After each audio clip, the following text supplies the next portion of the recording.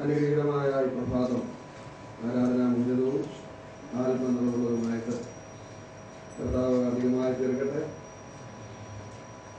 ദൈവകൃപയുടെ ജാലുകൾ ഹൃദയങ്ങളിൽ നിറയുവാൻ ദൈവത്തിന്റെ പരിശുദ്ധാത്മാവിനാൽ ഓരോ വ്യക്തി ജീവിതങ്ങളും നിയന്ത്രിക്കപ്പെടുവാൻ, ഉയർത്തപ്പെടുവാൻ പ്രഭാതത്തിൽ കർത്താവ് നമ്മെ സഹായിക്കട്ടെ.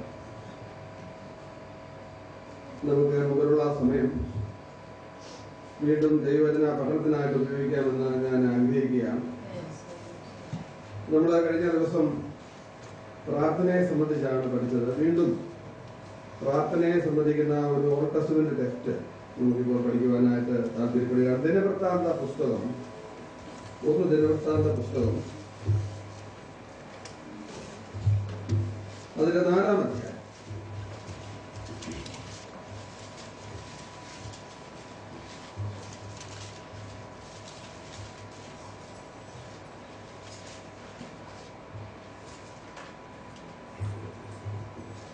പ്രാർത്ഥനാനിർഭരമായ ഹൃദയത്തോടെ പ്രാർത്ഥനയെ സംബന്ധിച്ച് നമുക്ക് വീണ്ടും പഠിക്കാം.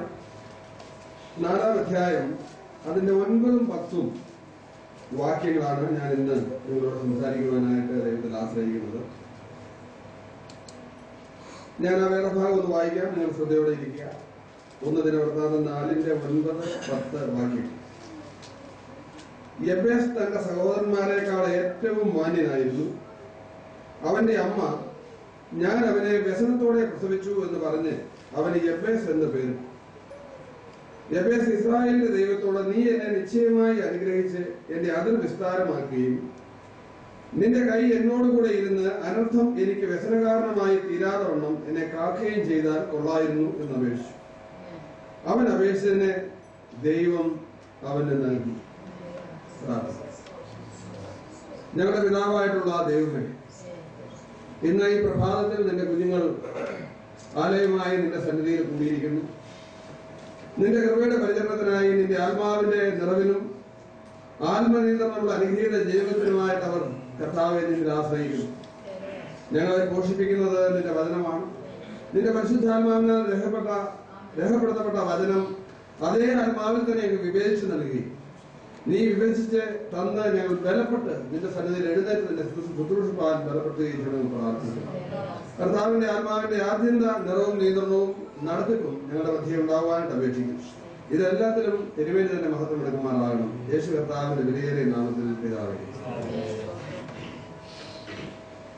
ഒരുപക്ഷെ നിങ്ങൾ ഈ വേദഭാഗം ഇതിനു മുമ്പ് പ്രസംഗിച്ച് കേട്ടുള്ളതായിരിക്കും. പ്രാർത്ഥനയെ സംബന്ധിച്ച് വരുമ്പോൾ നമ്മൾ ധാരാളം സ്വതന്ത്ര ടെക്സ്റ്റുകൾ എടുത്ത് പരിശോധിച്ച് നോക്കാറുണ്ട്. ഞാനൊരു പക്ഷേ ഈ ഭാഗം ഇത് ഒരു എക്സ്പോസ് ചെയ്യുവാനായിട്ടാണ് ആഗ്രഹിക്കുന്നത്. ഈ ഭാഗത്ത് തന്നെ നിന്നുകൊണ്ട് ഈ കാര്യം പറയുവാനായിട്ടാണ് ആഗ്രഹിക്കുന്നത്. ദൈവം നമ്മെ എല്ലാവരെയും ഒരുമിച്ച് അനുഗ്രഹിക്കട്ടെ. ഒരുപക്ഷെ ദിനവൃത്താന്ത പുസ്തകത്തിന്റെ ആദ്യ അധ്യായങ്ങൾ വായിക്കുന്ന ആളുകൾക്ക് ഒരു സംശയം തോന്നും. ഇതെന്തോ ഒരു സംഭവമാണ്. ചിലരെ ജനിപ്പിച്ചു, അവര് വേറെ ചിലരെ ജനിപ്പിച്ചു. ഇങ്ങനെ ജനിപ്പിച്ച ഒരു ചരിത്രം ഇങ്ങനെ 4-ാം അധ്യായം വരെ പറഞ്ഞു വരികയാണ്. നിങ്ങൾ നോക്കിയേ, ഇതിന്റെ ഞാൻ വായിച്ച 9-ാം വാക്യത്തിന്റെ തൊട്ട് മുമ്പിൽ കാണുന്നത് എന്താണ്? 8-ാം വാക്യം അവസാനിക്കുമ്പോൾ എന്താണ് കാണുന്നത്? ജനിപ്പിച്ചു എന്നുള്ളതാണ്. ജനിപ്പിക്കുക എന്നുള്ള കാര്യത്തിനകത്ത് ഇങ്ങനെ തുടരെ പറയുകയാണെങ്കിൽ എവിടെയാണ് പരിശുദ്ധാത്മ നിവേശിതമായ സന്ദേശം നമ്മളോടുള്ളത് എന്ന് സംശയിക്കാം. വീണ്ടും ഞാൻ ഇന്നലെ പറയട്ടെ, എല്ലാ തിരുവെഴുത്തും ദൈവ ശ്വാസീയമായാൽ ദൈവത്തിന്റെ മനുഷ്യൻ സകലവിധ സൽപ്രവൃത്തിക്കും വക പ്രാപിച്ച് തികഞ്ഞവൾ ആകേണ്ടതിന് ഉപദേശത്തിനും ശാസനത്തിനും ഗുണീകരണത്തിനും നീതിയിലെ അഭ്യസനത്തിനും പ്രയോജനമുള്ളത് ആകുന്നു. യാതൊരു മാറ്റവും ഏത് വേദഭാഗം എടുത്താൽ നമുക്കറിയാം. ഉൽപ്പത്തിയിൽ ആദിയിലും തുടങ്ങി വെളിപ്പാടിൽ ആമേനെന്ന് അവസാനിക്കുന്ന ഈ വേദഭാഗത്തിൽ എവിടെയെങ്കിലും ഗുണകരമല്ലാത്ത പ്രയോജനപ്രദമല്ലാത്ത ഒരു വാക്കുപോലും പരിശുദ്ധാത്മാവ് രേഖപ്പെടുത്തി വെച്ചിട്ടില്ല. നാം അത് മനസ്സിലാക്കണം എന്ന് മാത്രമാണ്. ഇവിടെ ഈ 4-ാം അധ്യായം ആരംഭിക്കുമ്പോൾ ഇങ്ങനെ ജനിപ്പിച്ച കാര്യം പറയുമ്പോൾ നമുക്കറിയാം യഹൂദ ഗോത്രത്തിലേക്ക് എത്തിയിരിക്കുകയാണ്. ജീനിയോളജി വംശാവലി പറഞ്ഞോട്ട് വന്നിട്ട് യഹൂദ ഗോത്രത്തിൽ എത്തിയിരിക്കുക. നിശ്ചയമായിട്ട് നമുക്കറിയാം ആദമിൽ നിന്ന് വരുന്ന അനുഗ്രഹത്തിന്റെ ചാല എങ്ങനെയാ വന്നു പോകുന്നത് അല്ലേ? ഇങ്ങനെ യഹൂദയിലൂടെ വന്നാണ്, ഇങ്ങനെ മുന്നോട്ട് വന്ന് ദാവീദിലൂടെ വന്നാണ് ആരിലെത്തുന്നത്. നമുക്കറിയാം മത്തായിയുടെ സുവിശേഷം നമ്മൾ 1-ാം അധ്യായമൊക്കെ വായിക്കുമ്പോൾ ജീനിയോളജി കാണാനായിട്ട് സാധിക്കും. കർത്താവായ യേശുക്രിസ്തുവിലേക്ക് വരുവാനുള്ള ഒരു പാത, ഒരു രാജപാതയാണ് ഇങ്ങനെ ഈ തലമുറകൾ നമുക്ക് കാണാനായിട്ട് സാധിക്കും. അപ്പോൾ ഈ തലമുറയുടെ ഇടയിൽ ഇങ്ങനെ പറഞ്ഞു വരുമ്പോൾ യഹൂദയുടെ ജീനിയോളജി പറഞ്ഞു വന്നിട്ട് യഹൂദയുടെ പുത്രന്മാരെ കുറിച്ച് പലരെ കുറിച്ച് പറയുകയാണ്. നമുക്കറിയാം, താമാറിൽ ജനിച്ച പെരസിനെ കുറിച്ച് പറഞ്ഞു തുടങ്ങുന്നു 4-ാം അധ്യായത്തിന്റെ ആദ്യത്തെ വാക്യം. എന്നിട്ട് ഇവരെല്ലാവരും പ്രസവിച്ചു, ജനിപ്പിച്ചു എന്നുള്ള കാര്യങ്ങൾ പറഞ്ഞു വരുന്നതിനകത്ത് യഹൂദ പാരമ്പര്യത്തിൽപ്പെട്ട ഒരു വ്യക്തിയെ മാത്രം പരിശുദ്ധാത്മാവ് പ്രത്യേകമായിട്ട് ഡിസ്ക്രൈബ് ചെയ്യുകയാണ്, വിശദീകരിക്കുകയാണ്. ആളെ കുറിച്ച് ചില കാര്യങ്ങൾ പ്രത്യേകം പ്രസ്താവിക്കുകയാണ്. അതിന്റെ ഉദ്ദേശമില്ലാതെയാണ് അല്ല. ഇങ്ങനെ വരുന്നതാണ് എപ്പേസ് എന്ന് പറയുന്ന ആളുടെ പേര്. ഈ ആളുടെ പേര് 2 പ്രാവശ്യം മാത്രമേ വേദപുസ്തകത്തിലുള്ളൂ. ഈ 4-ാം അധ്യായത്തിലും ഈ 2-ാം അധ്യായത്തിന്റെ അവസാനത്ത് അതിന്റെ 55-ാം വാക്യത്തിൽ മാത്രമേ ഉള്ളൂ എപ്പേസ് എന്ന് പറയുന്ന പേര് ആകെ കാണുവാനായിട്ട് സാധിക്കും. നിങ്ങൾ 55-ാം വാക്യം കണ്ടോ? എന്താ എഴുതിയേക്കുന്നത്? എപ്പേസിൽ പാർത്തു വന്ന ശാസ്ത്രിമാരുടെ കുലങ്ങളാവിത എന്ന് പറയുന്ന ഒരു വാക്ക് മാത്രമാണ് ഇവിടെ കാണുക. അവിടെ എപ്പേസിനെ കുറിച്ച് പറയുമ്പോൾ ശാസ്ത്രിമാർ, സ്ക്രൈബ്സ്, വേദപുസ്തക പണ്ഡിതന്മാർ, വേദപണ്ഡിതന്മാരുടെ ഒരു വലിയ നിരയെ എപ്പേസിൽ നിന്ന് കാണുവാനായിട്ട് സാധിക്കും.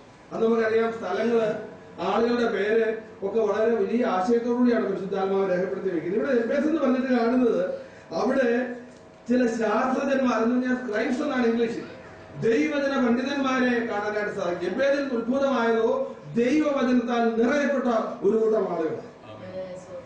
ഈ എപ്പേസിലേക്ക് നമുക്ക് മടങ്ങി വരാം. 4-ാം അധ്യായം. ഇദ്ദേഹം ഈ നിലയിലായത്, ഇദ്ദേഹത്തിന്റെ തലമുറ ഇതുപോലെ അനുഗ്രഹിക്കപ്പെട്ടത് അദ്ദേഹത്തിന്റെ ഒറ്റ ക്വാളിറ്റി കൊണ്ടാണ്. എന്താണെന്ന് പറയാമോ? എന്തായിരുന്നു ഈ മനുഷ്യൻ അനുഗ്രഹിക്കപ്പെടാനായിട്ട് കാരണം?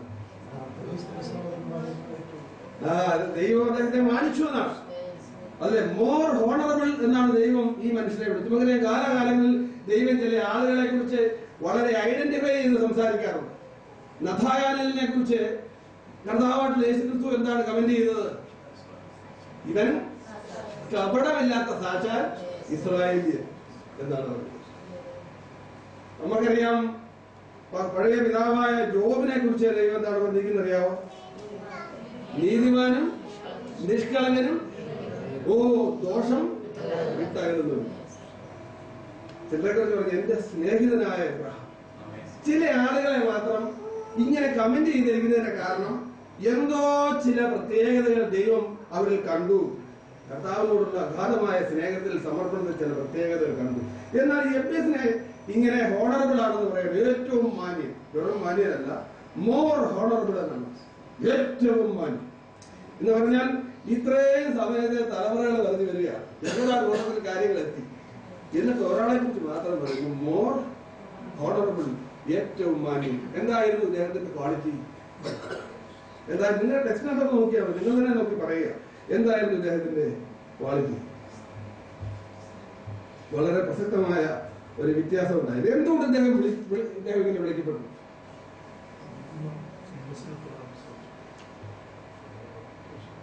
ഈ 2 വാക്യങ്ങൾ ശ്രദ്ധിച്ച് നിങ്ങൾ നോക്കിയാൽ മനസ്സിലാവും എന്താണ്.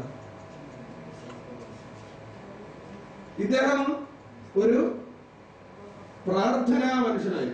നിങ്ങൾ നോക്കുക, ജബേസിനെ കുറിച്ച് വേറെ ഒന്നും കാണുന്നില്ല. ജബേസ് ഒരു പ്രാർത്ഥനാ മനുഷ്യനാണ്. ഞാൻ ചോദിക്കുന്നത്, ഇവിടെ ഇരിക്കുന്ന സഹോദരന്മാരെ, പ്രിയ സഹോദരന്മാരെ, നിങ്ങളെ ഇവിടെ ഇരിക്കുന്ന ഏതൊരു വ്യക്തിയെക്കാളും വീക്കായിരുന്നു ഈ മനുഷ്യൻ. പരിശോധിച്ച് നോക്കിയാൽ കാണാനായിട്ട് സാധിക്കും.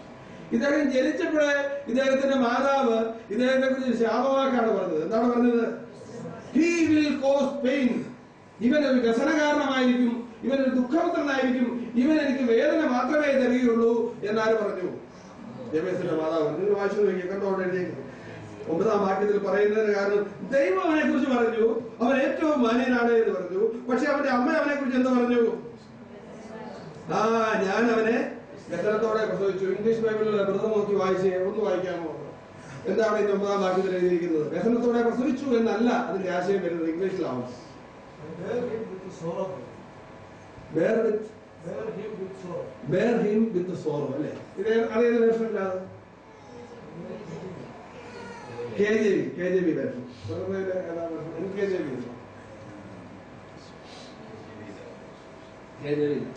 KJVയില് പല വേർഷനിൽ പറഞ്ഞ ഹി വിൽ കോസ് പെയിൻ. ഏതാണ്ട് ശരിയാണ്.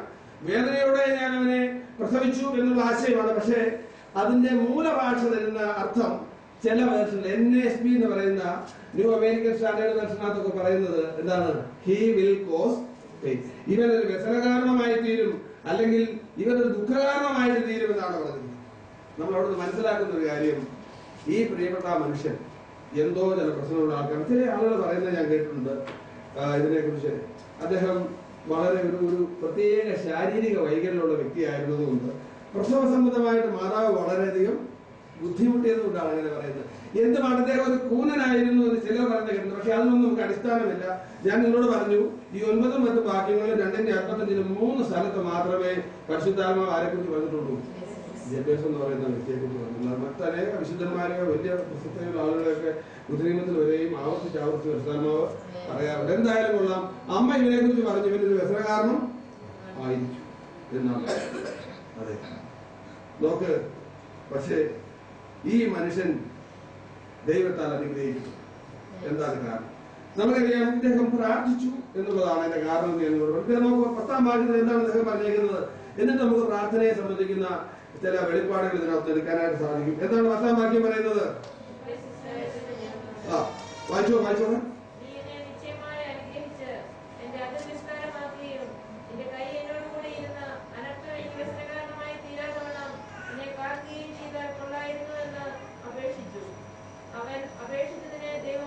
ഓ പ്രിയപ്പെട്ടവരെ, ഇതിന്റെ അവസാനത്തെ സെന്റൻസ് ആണ് ഇതിലേക്ക്.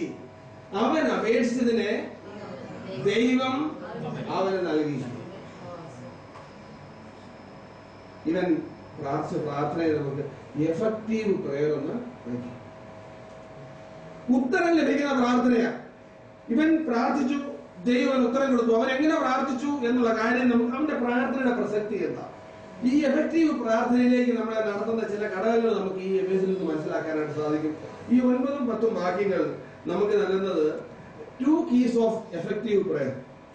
ഫലപ്രദമായ പ്രാർത്ഥനയുടെ 2 എന്താണ്? നമ്മൾ കീ എന്നുള്ളത് എന്താ മലയാളത്തിൽ പറയുക? താക്കോലുകൾ. അത് ഫലപ്രദമായ പ്രാർത്ഥന തുറന്നെടുക്കുന്ന 2 താക്കോലുകൾ. ഞാൻ പറയട്ടെ, നമുക്ക് എങ്ങനെ പ്രാർത്ഥിക്കണ്ടേ? നമ്മൾ അനേക വിഷയങ്ങളുടെ മുഖത്ത് പ്രാർത്ഥിക്കുകയും ചില വിഷയങ്ങൾക്ക് ഉത്തരം കിട്ടുകയും ചിലതിന് ഉത്തരം കിട്ടാതിരിക്കുകയും. ഞാൻ നിങ്ങളോട് പറയട്ടെ, ഉത്തരം കിട്ടാത്ത പ്രാർത്ഥന എന്ന് പറയുന്നൊരു പ്രാർത്ഥന വാസ്തവത്തിൽ ഇല്ല. ഞാൻ ഇത് പഠിച്ചുകൊണ്ടിരുന്നപ്പോൾ ഫിലിപ്പിയ ലേഖനം 4-ാം അധ്യായത്തിൽ അപ്പസ്തോലനായിട്ടുള്ള പൗലോസ് പ്രാർത്ഥനയെ കുറിച്ച് ഒന്നിനെ കുറിച്ചും വിചാരപ്പെടുന്നത്. എല്ലാത്തിലും പ്രാർത്ഥനയാലും അപേക്ഷയാലും നിങ്ങളുടെ ആവശ്യങ്ങൾ സ്തോത്രത്തോടുകൂടെ ദൈവത്തോട് അറിയിക്കുക വേണ്ടത്. എന്നാൽ സകല ബുദ്ധിയെയും കവിയുന്ന ദൈവിക സമാധാനം നിങ്ങളുടെ ഹൃദയങ്ങളെയും നിലവുകളെയും ക്രിസ്തുയേശുവിൽ കാത്ത് സൂക്ഷിക്കും. അതാണ് ആൻസർ. അതാണ് ആൻസറബിൾ പ്രയർ. അതാണ് ഉത്തരം. ഞാൻ നിങ്ങളോട് ചോദിക്കട്ടെ, ഞാൻ ഇന്നലെ നിങ്ങളോട് പറഞ്ഞു, നമ്മൾ ഈ ലോകം കണ്ട വളരെ വിശാലമാണല്ലേ. ലോകത്ത് നമ്മളിങ്ങനെ നടന്നു നോക്കുകയാണെങ്കിൽ എന്തെല്ലാം നല്ല സാധനങ്ങളുണ്ട് ലോകം നിറഞ്ഞിരിക്കുകയാണ് അല്ലേ? രാവിലെ ഞാൻ ഇതിലെ ഷിനോയുടെ കൂട്ടത്തിലെ ആളുകളുടെ സഹോദരന്മാരെയൊക്കെ കൂട്ടാനായിട്ട് പോയവിടെ ഞാനും കൂടി. ഞാൻ നോക്കുമ്പോൾ എന്റെ എതിരെയൊക്കെ വരുന്ന എത്രയോ നല്ല കാറുകളാണല്ലേ, ആഡംബര കാറുകൾ ഇങ്ങനെ വരികയാണ്. ഒരു കാറിൽ നിന്ന് വേറൊരു കാറിനോട് കണ്ണു നോക്കിയാൽ പറയുന്നത്, വേറൊരു കാണുമ്പോൾ വീണ്ടും അതിനേക്കാൾ നല്ലത്. അതുപോലെ എത്രയോ നല്ല മനുഷ്യരെ കാണാത്തുണ്ടല്ലേ. എന്താ നല്ല മനുഷ്യരൊക്കെ ഉണ്ട്. ഇതെല്ലാം എന്റേതായിരിക്കണം എന്ന് ആഗ്രഹിക്കുന്ന ഒരു പ്രകൃതി പിശാച് വാസ്തവത്തിൽ നമ്മുടെ ഇടയിൽ വെച്ചിട്ടുണ്ടല്ലേ. നമ്മുടെ ഹൃദയം കൺട്രോൾ ചെയ്യപ്പെടണം. ഒന്നിൽ ആത്മാവിനാൽ കൺട്രോൾ ചെയ്യപ്പെടണം, അല്ലെങ്കിൽ എന്നാല ജഡം എന്ന് പറഞ്ഞാൽ എന്താണ്? സിൻഫുൾ നേച്ചർ, റിമൈനിങ് സിന്ന. രക്ഷിക്കപ്പെട്ടതിന് ശേഷവും നമ്മുടെ ഹൃദയത്തിന്റെ ഒരു ഭാഗത്ത് അതിനെ നമ്മൾ അല്പം ഒന്ന് കണ്ണുവെട്ടി പോയാൽ നമ്മളെ വലിച്ചു കുടിയിലിടാനുള്ള ഒരു പ്രകൃതി ശേഷിക്കുന്നത്. അതിന്റെ പേരെന്താണ്? ജഡം. ജഡത്തിന് ജഡപ്രകാരം പ്രാർത്ഥിച്ചാല് എന്തെല്ലാം കണ്ടാ നല്ലതെല്ലാം തിന്നാൻ കൊള്ളാവുന്നല്ല ആരുടെയായിരിക്കണം? എന്റേതാണ്. കണ്ടാ നല്ല വസ്തുക്കളെല്ലാം എന്റേതായിരിക്കണം എന്നുള്ള ആഗ്രഹക്കാരാണ് എന്ത് ചെയ്യുന്നത്? നിരാശയിലും അസൂയയിലും കണ്ണുനീരിലും പെട്ടുപോകും. പ്രാർത്ഥനയ്ക്ക് ഉത്തരവില്ല എന്ന് പറയുന്ന ആളുടെ ഞാൻ പറയട്ടെ, ഞാൻ ചില വിഷയത്തിൽ ഞാൻ 25 വർഷക്കാലം 25 ഒരു വിഷയത്തിന് വേണ്ടി പ്രാർത്ഥിച്ചു. എന്റെ ഒരു ഉറ്റ സഹോദരന്റെ സൗഖ്യത്തിന് വേണ്ടി. ഏതാണ്ട് 28 വർഷം 29 വർഷമായപ്പോൾ അദ്ദേഹം രോഗിയായി മരിച്ചു. പക്ഷെ 29 വർഷക്കാലത്തിന്റെ പ്രാർത്ഥനയുടെ ആൻസർ ഞാൻ എന്ന് പ്രാർത്ഥിക്കാൻ തുടങ്ങിയോ ആ കാലങ്ങൾ ദൈവം. ഞാൻ നിശ്ചനാട് തീരത്തെത്തുമ്പോ ഈ ഒരു പ്രാർത്ഥിച്ച വിഷയം സാധിക്കാതെ എന്റെ ആഗ്രഹം, എന്റെ ജഡപ്രകാരം, എന്റെ ജഡിക താല്പര്യപ്രകാരം സാധിക്കാതിരുന്നതിന്റെ അനുഗ്രഹം മാത്രമായിരിക്കും എന്നെ കാത്തിരിക്കുക. ഇതാണ് എനിക്ക് പറയാം. ഞാൻ ചോദിക്കട്ടെ, ജഡികമായ പ്രാർത്ഥനകൾക്ക് ഉത്തരം തരുവാൻ ദൈവം ബാധ്യസ്ഥൻ? ഞാൻ വീണ്ടും നിങ്ങളോട് പറയാം, ഉത്തരം തരും. പക്ഷേ പ്രാണനിക്ഷയം, ആത്മാവ് സർവ്വലോകവും നേടിയാലും ആത്മാവ് നഷ്ടപ്പെട്ടു പോയാൽ എന്ത് പ്രയോജനം എന്ന് ചോദിച്ചാൽ കർത്താവിന്റെ വാക്കുകളെ നമുക്ക് ഓർക്കാം. പ്രാർത്ഥിച്ച് ലോകം മുഴുവൻ നേടുവാനായിട്ട് സാധിക്കും.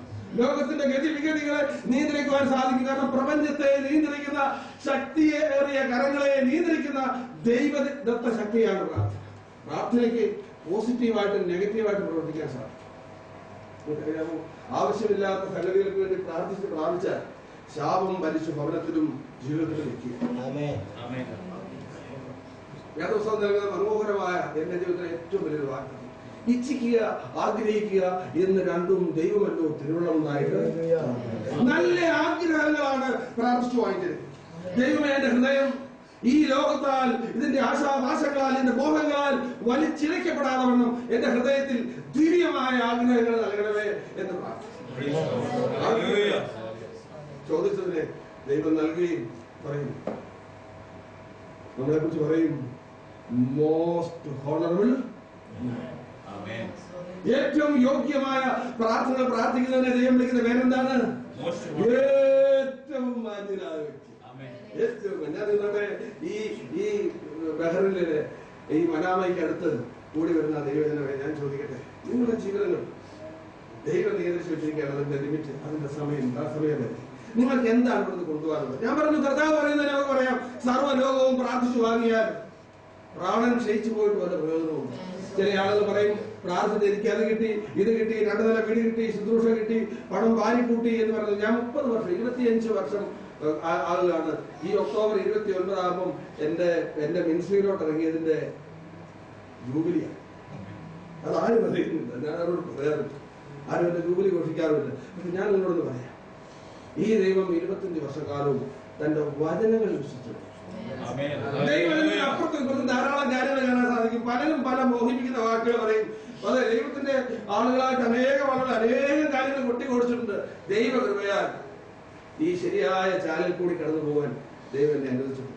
അതിന്റെ സംതൃപ്തിയാണ് എന്റെ ശുശ്രൂഷയുടെ റിസൾട്ടായിട്ട്.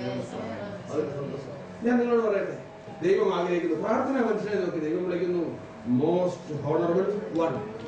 ആ പേര് ശരിക്കും സീലടിച്ച് ഇവിടെ നിന്ന് പോയാൽ ആർക്കാണ് പ്രാർത്ഥിക്കാൻ കഴിയാത്ത? ഞാൻ നിങ്ങളോട് ചോദിക്കട്ടെ, എന്നോട് ചില ആളുകളുടെ മിനിസ്ട്രി ഞാൻ എല്ലാവരോടും പറയും, മിനിസ്ട്രി ഒരാൾക്കൂടല്ല. മുഴുവൻ സമയ പ്രവർത്തകരോ, മുഴുവൻ സമയ പാസ്റ്റർമാരോ, മുഴുവൻ സമയമായിട്ടുള്ള സുവിശേഷകന്മാരോ എന്നുള്ളതല്ല.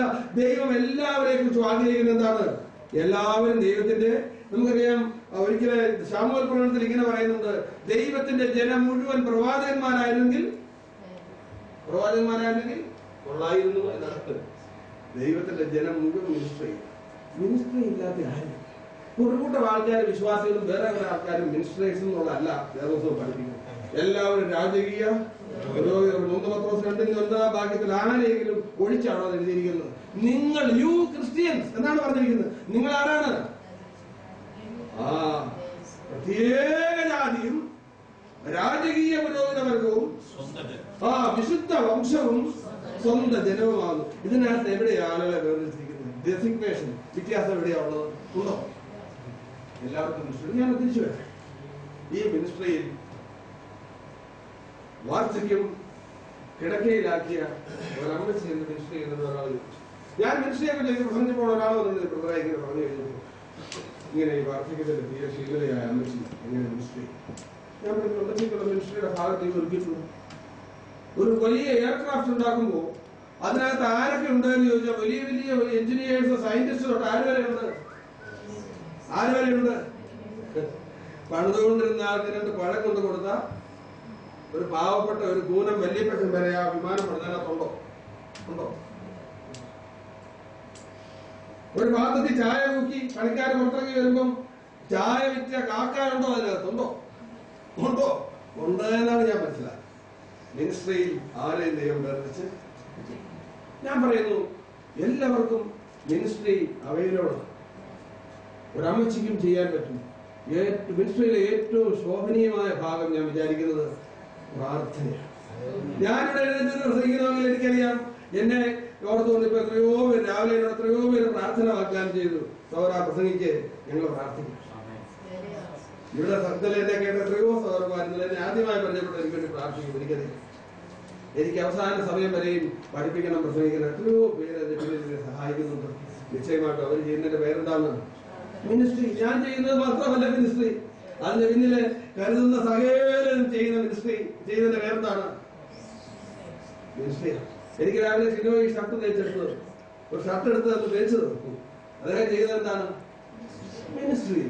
ഇത് മനസ്സിലാക്കുമ്പോഴാണ് മിനിസ്ട്രിയുടെ മഹാത്മ്യം എന്ന് മനസ്സിലാക്കി. നമുക്ക് ആർക്കും ഒഴിവില്ല. അതുകൊണ്ട് ഞാൻ പറയാം, ഇവിടെ ഇരിക്കുന്ന കൊച്ചു കുഞ്ഞുങ്ങൾക്ക് മിനിസ്ട്രി സഹായിക്കാൻ പറ്റും. എങ്ങനെയാണ്? പ്രാർത്ഥിക്കുക. ഇന്നലെ ഒരു കുഞ്ഞ് ഒരു പാത്രം വെള്ളം, 2 പാത്രം വെള്ളം കൊടുത്തു. എന്താണ് അതിന്റെ പേര്? അയ്യോ, ഒരാളോ 2 പേരോ ആണോ മിനിസ്റ്റർമാർ? എല്ലാവരും മിനിസ്റ്റേഴ്സ്. ഞാൻ പറയുന്നു, ഏറ്റവും പ്രായോഗികമായ മിനിസ്ട്രി, എല്ലാവർക്കും സാധ്യമാകുന്ന മിനിസ്ട്രിയാണ് പ്രാർത്ഥനാ മിനിസ്ട്രി. വില്ലങ്കേരി വന്നില്ലായിരുന്നെങ്കിൽ നമ്മളാരെയും ബൈബിൾ പഠിച്ചു നടക്കുവാണെന്ന് ഇന്ത്യയിൽ വന്നില്ലായിരുന്നെങ്കിൽ, ആ മനുഷ്യനെ ദൈവം ഉപയോഗിച്ചില്ലായിരുന്നെങ്കിൽ, അതങ്ങനെ പറയുന്നതാണ് എനിക്ക് ഇഷ്ടം. കർത്താവ് ആ മനുഷ്യനെ ഇങ്ങോട്ട് അയച്ചില്ലായിരുന്നെങ്കിൽ ഈ ഇന്ത്യൻ ഭാഷയിൽ ബൈബിൾ പ്രവർത്തനം ചെയ്യപ്പെടുവാൻ, ഇന്ത്യയിൽ ഇതുപോലെ സുവിശേഷം വ്യാപരിക്കുമായിരുന്നു. ആ ഒരു മനുഷ്യൻ ഇങ്ങനെ വന്നു. അദ്ദേഹത്തിന്റെ ഒരു സഹോദരി അന്ന് ഇംഗ്ലണ്ടിൽ കിടക്കുകയാണ്, കട്ടിലെ തളർവാദ രോഗിയായി. വില്ലങ്കേരിയുടെ മിനിസ്ട്രി ചെയ്തുകൊണ്ടപ്പോൾ അദ്ദേഹത്തിന്റെ ഭാര്യ ഭ്രാന്തിയായി. ഭ്രാന്ത് പിടിച്ച് കേരിയെ അടിക്കുകയും കൈ കിട്ടുന്ന വെച്ച് എറിയുകയും ചൂടുവെള്ളം മേത്തൊഴിക്കുകയും ചെയ്യുമായിരുന്നു നിരന്തരം ഭ്രാന്തിയായ ഭാര്യ. തന്റെ പിഞ്ചു കുഞ്ഞ് ചികിത്സ കിട്ടാതെ കിടന്ന് മരിച്ച് വില്ലങ്കേരി പുറത്തു കൊണ്ടുപോയി പട്ടിയെ കുഴിച്ചിരുന്ന പോലെ കുഞ്ഞിനെ കുഴിച്ചിട്ട് അന്ന് വില്ലങ്കേരിയെ ഒത്തിരി ഇടിച്ചു. ആര്? ആ ഭാര്യ. കരഞ്ഞു കാറിക്കൊണ്ട് അവർ വില്ലങ്കേരിയെ പ്രാവി. പക്ഷെ ഒരു ജീവശവം പോലെ കർത്താവിനെ മാത്രം, മിനിസ്ട്രി മാത്രം അനുസരിച്ചുകൊണ്ട് അദ്ദേഹം ചെയ്തു അടിയും ഇടിയും. അദ്ദേഹം അച്ചുകൂടത്തിൽ വിവിധ ഇന്ത്യൻ ഭാഷകളിൽ എന്ത് ചെയ്യുന്നു? ഇന്നത്തെ പോലെ DTP ഉള്ള സമയമോ അല്ലെങ്കിൽ കമ്പ്യൂട്ടർ പ്രോസസ്സിംഗ് ഉള്ള സമയമൊന്നും അല്ല. അങ്ങനെയാണ് ചെയ്യുന്നത്.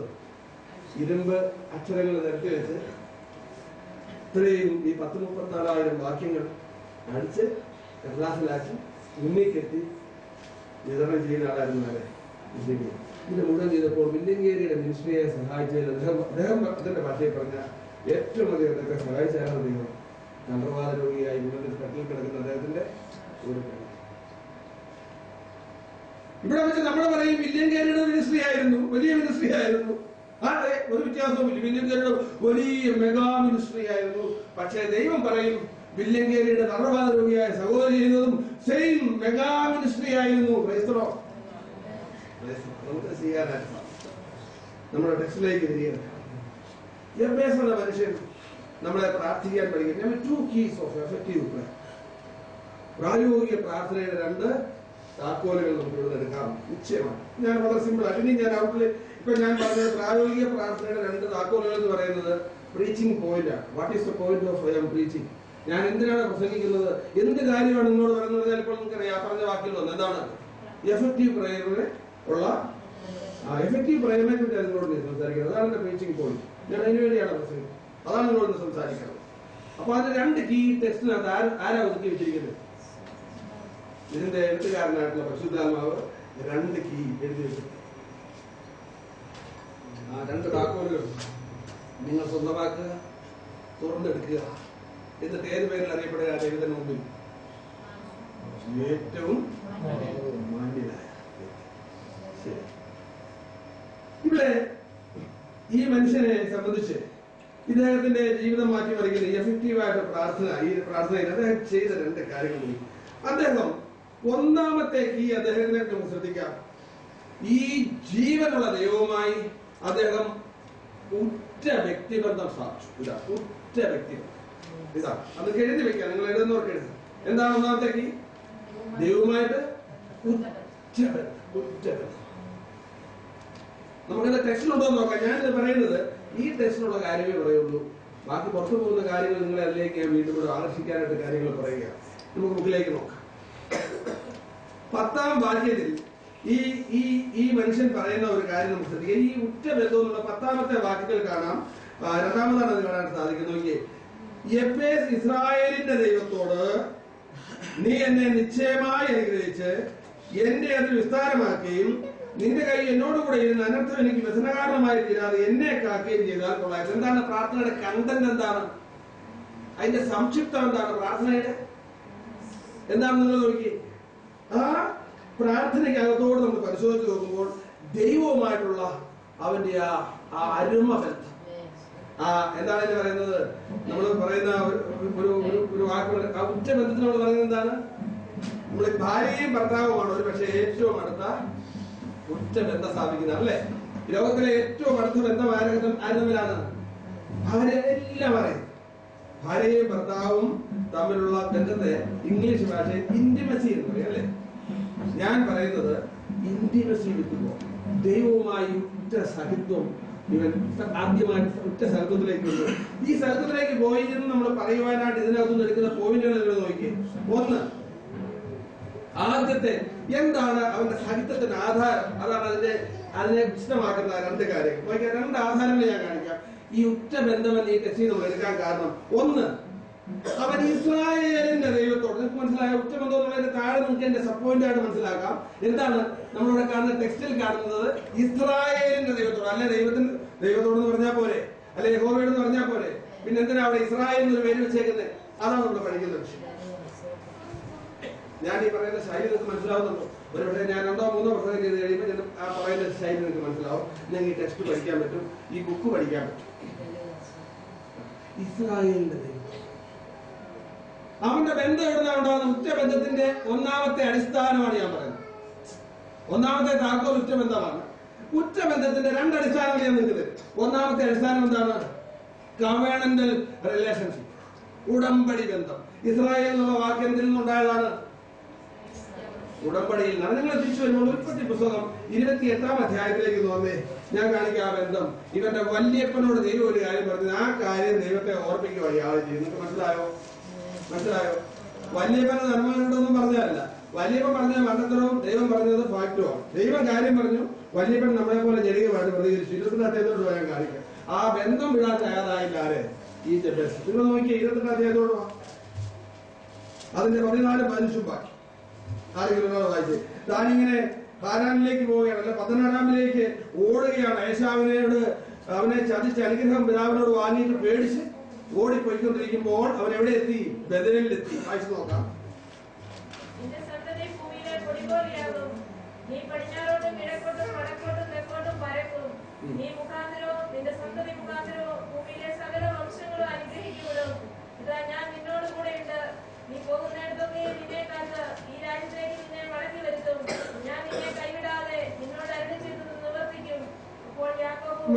മതി.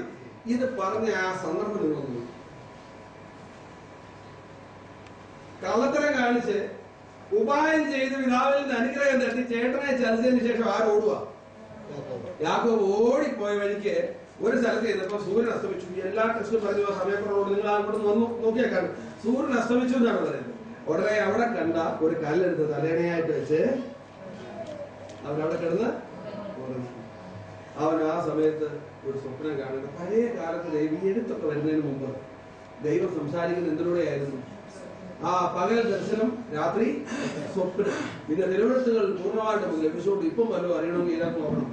തിരുവെഴുത്തുകളെ പരിശോധിച്ച് കീറി മുറിച്ച് പഠിക്കുമ്പോൾ നമുക്ക് കാര്യം മനസ്സിലാക്കാനാണ്. അന്ന് യാക്കോബിനോട് ദൈവം സംസാരിക്കുകയാണ്. യാക്കോബ് ഇങ്ങനെ കിടക്കുമ്പോൾ കണ്ട് ദൂതന്മാർ ഒരു വലിയ കോവണി ചാരിയിരിക്കുന്നു. അതിന്റെ സ്ഥല സ്വർഗത്തോളം എത്തുന്നു. ദൂതന്മാർ കയറുകയും ഇറങ്ങുകയും ചെയ്യുന്നത് കണ്ടു.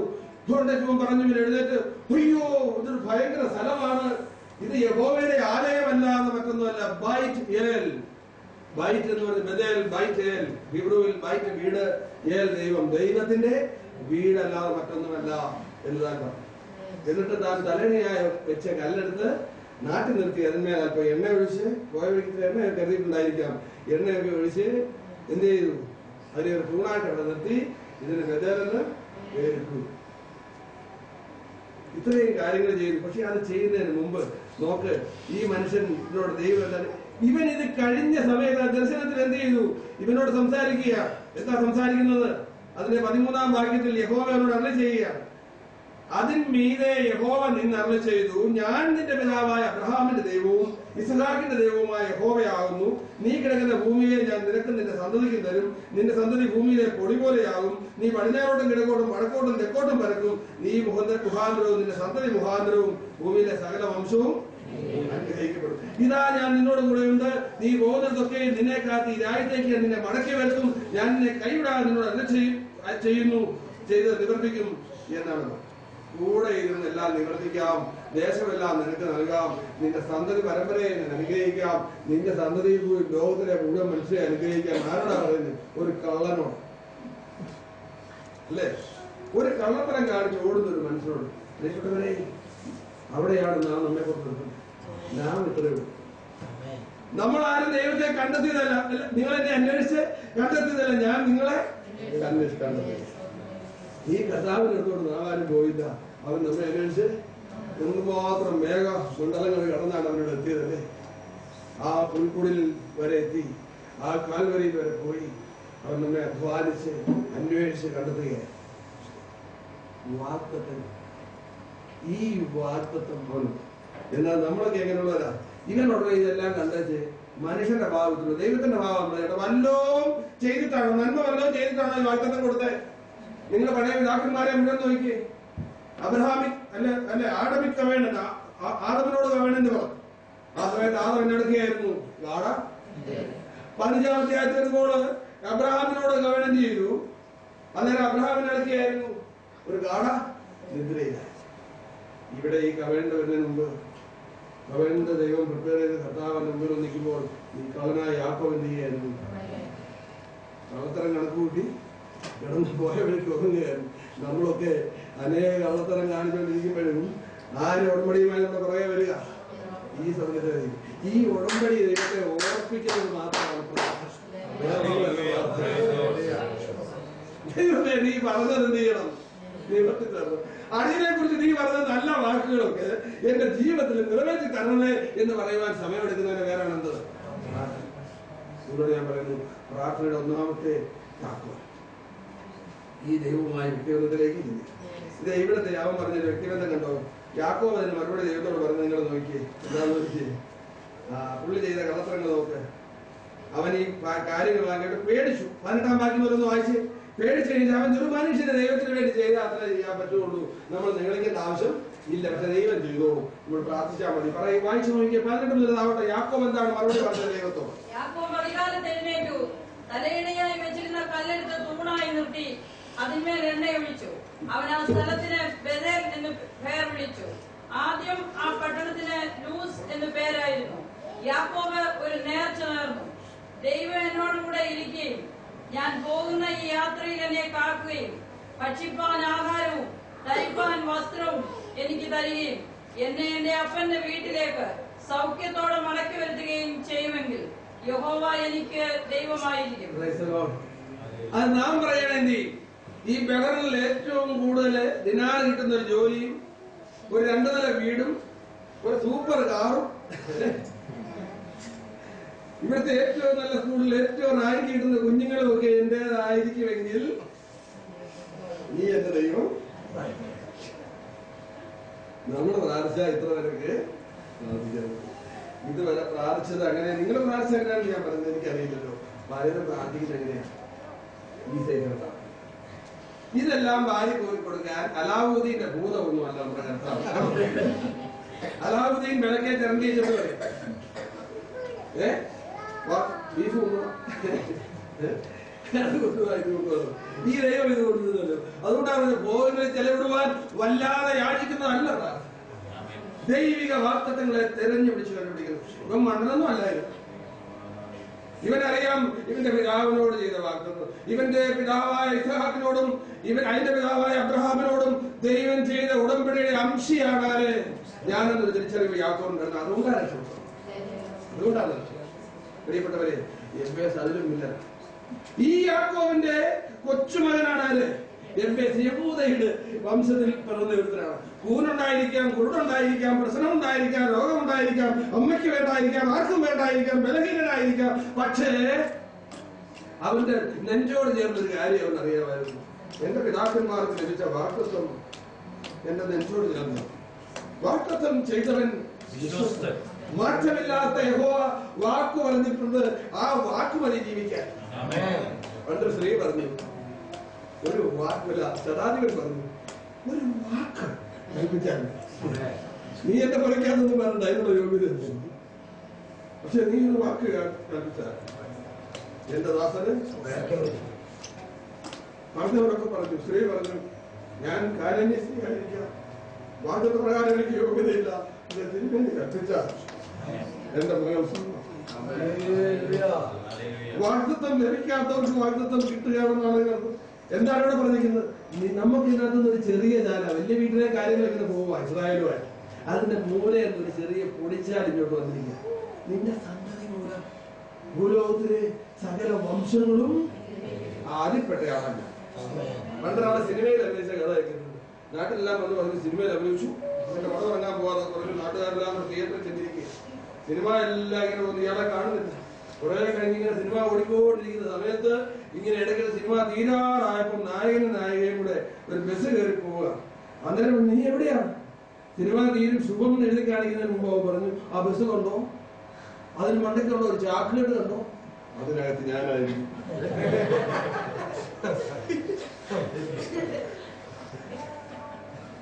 നമുക്ക് അത്ര അവകാശമേ ഇവിടെ ഈ വാർത്തകൾ എല്ലാം വായിക്കുന്നവര് കണ്ടോ? നിന്റെ സന്തതി മുഖാന്തരം ലോകത്തിലെ സകല വംശങ്ങളും. ഞാൻ ഇസ്രായേലി പാരമ്പര്യപ്പെട്ടയാളല്ല, അതുകൊണ്ട് ഞാൻ പറയുന്നത് എനിക്ക് നിങ്ങളാണ് എഴുതിയില്ല.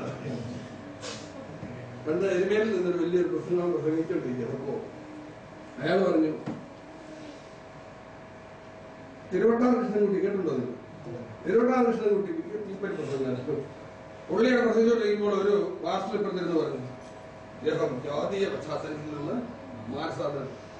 ഉടനെ പറഞ്ഞു, അദ്ദേഹം പ്രസംഗിക്കാൻ വന്നു, യഹൂദ പശ്ചാത്തലത്തിൽ നിന്ന് ജനിച്ചു വന്ന പാസ്റ്ററും വന്നത്.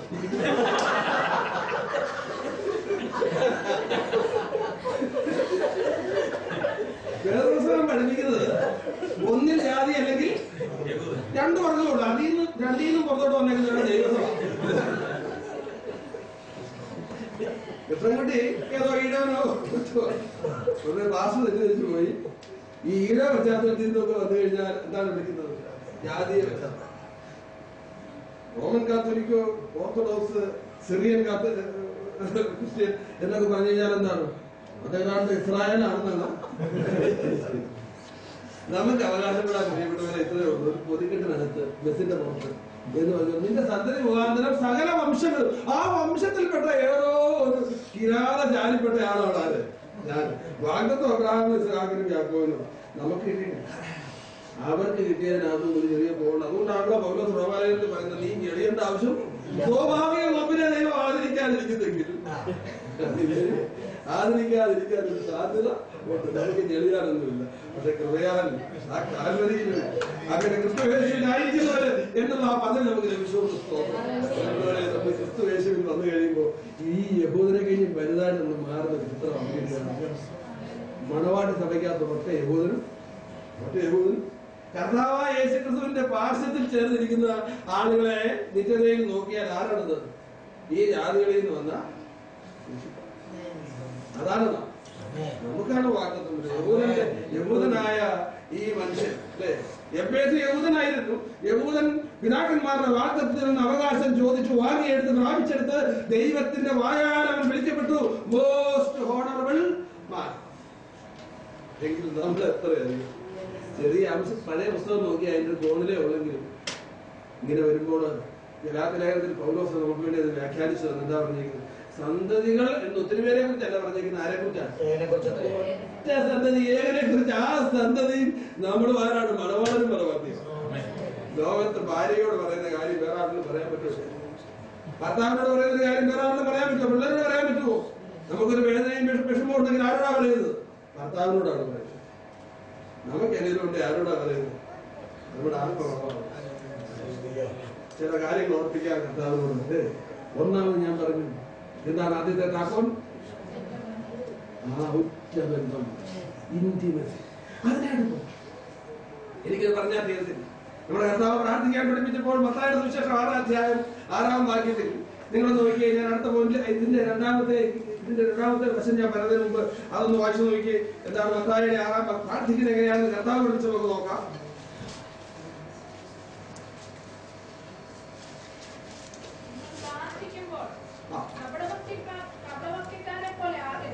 അല്ല 6ന്റെ എത്രയാണ്?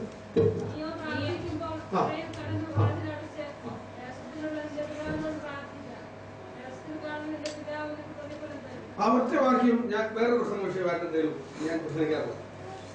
അവിടെ ഈ കാര്യം തന്നെയാണ്. നിങ്ങൾ നോക്കിയേ, നീയോ കോൺട്രാസ്റ്റ് മറ്റുള്ളവരെ പറയാം. മറ്റനേക പ്രാർത്ഥനക്കാരുണ്ട്. പല ആളുകൾ പ്രാർത്ഥിക്കുന്നതിനെന്നറിയാം. അതൊന്ന് രണ്ടാമതിന് ഒരു മോഹങ്ങളെ ജനങ്ങൾക്ക് ഒന്നും കിട്ടുന്നില്ലാത്തവരും പ്രാർത്ഥിക്കുന്നതെന്നറിയോ? നാലൊരു പ്രാർത്ഥനാ മനുഷ്യരാണ് 4 പേര്. ഓ കർത്താവേ എന്നൊക്കെ പറഞ്ഞ് വലിയ വേളമൊക്കെ വെക്കും. പക്ഷെ വലിയ കാര്യങ്ങളൊന്നും നടക്കില്ല. ഭയങ്കര പ്രാർത്ഥനയാ. എന്താണ് കാര്യം?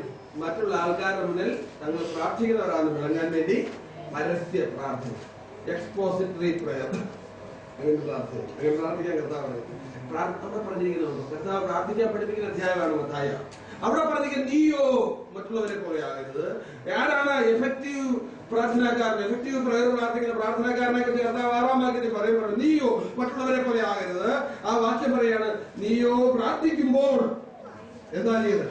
അറയിൽ കടന്ന് വാതിലടച്ച് രഹസ്യത്തിലുള്ള നിന്റെ പിതാവിനോട് പ്രാർത്ഥിപ്പിക്കും.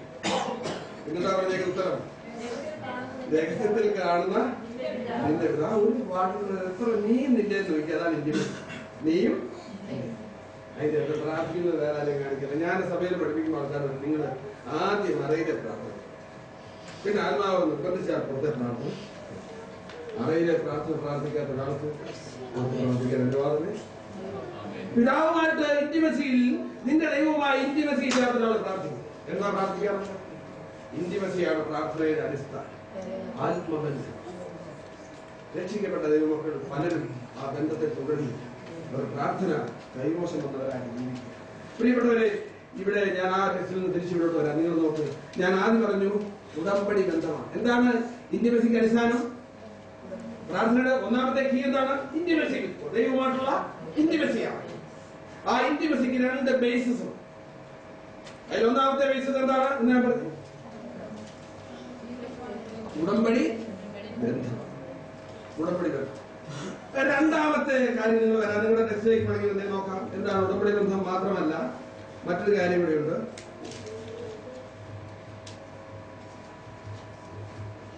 നോക്കിയേ, 10ാം വാക്യം നാം പ്രാർത്ഥിക്കുമ്പോൾ ഇസ്രായേലിന്റെ ദൈവത്തോട് എന്ന് പറഞ്ഞതിന് ശേഷം നീ എന്നെ, ഈവൻ ആ ഉടമ്പടി ബന്ധം കഴിഞ്ഞും കുറച്ചുകൂടെ ആഴമാകുന്നു. ഉടമ്പടിയുടെ പേര് പറയില്ല. നമ്മൾ പറയുന്നത് ഇന്ന ചർച്ച് ഓഫ് ഗോഡിലുള്ള ഇന്ന പാസ്റ്ററുടെ കൊച്ചുമോനാണ്.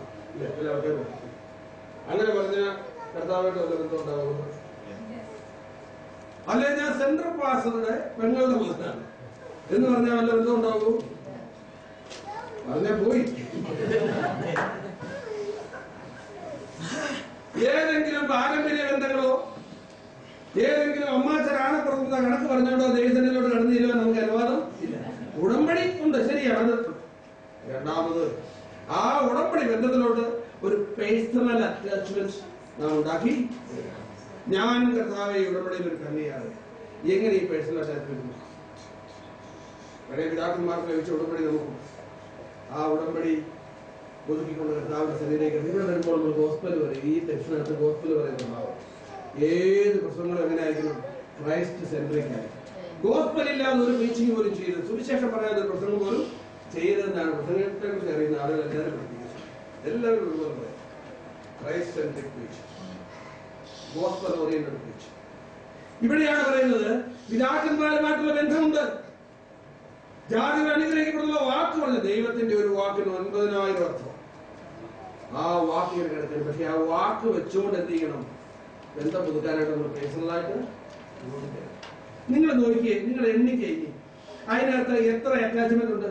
നീ ഞാൻ, നീ ഞാൻ, നിന്നെ എന്റെ, എന്റെ നിന്റെ. എത്ര വായിച്ച്? അതാണ് ഞാൻ പറഞ്ഞത്. പേഴ്സണൽ അറ്റാച്ച്മെന്റ് എക്സ്പോസ് ചെയ്യുന്നത് അതിനകത്ത് ആവർത്തിച്ചിരിക്കുന്ന പേഴ്സണൽ ഡെസിഗ്നേഷൻ വാക്കുകൾ ഉപയോഗിച്ചു നോക്കാം. അല്ല, അതിനുള്ള ടെർമിനോളജി നോക്കിക്കോളാം. നിങ്ങൾ നോക്കി 10ാമത്തെ വാക്യത്തിൽ എത്ര പ്രാവശ്യമുണ്ട്? ഇസ്രായേലിന്റെ ദൈവത്തോട് കഴിഞ്ഞിട്ട് നോക്കി നീ എന്നെ. അപ്പൊ എന്തായി? ബന്ധമായോ? നീ ഞാൻ, നീ എന്നെ. കണ്ടോ? അപ്പൊ തന്നെ കണക്കടായി. ഇനി നോക്കി ആവർത്തിച്ച് പറയുന്നത് എന്റെ അത് ആവശ്യക്കാരന് എന്റെ വീണ്ടും നിന്റെ കൈ കണ്ടോ. നിങ്ങൾ നോക്കി നിങ്ങളുടെ ബുക്കിലോട്ട് നോക്കി. എന്റെ മുഖത്തോട്ടല്ല ഇപ്പം നോക്കേണ്ടത്.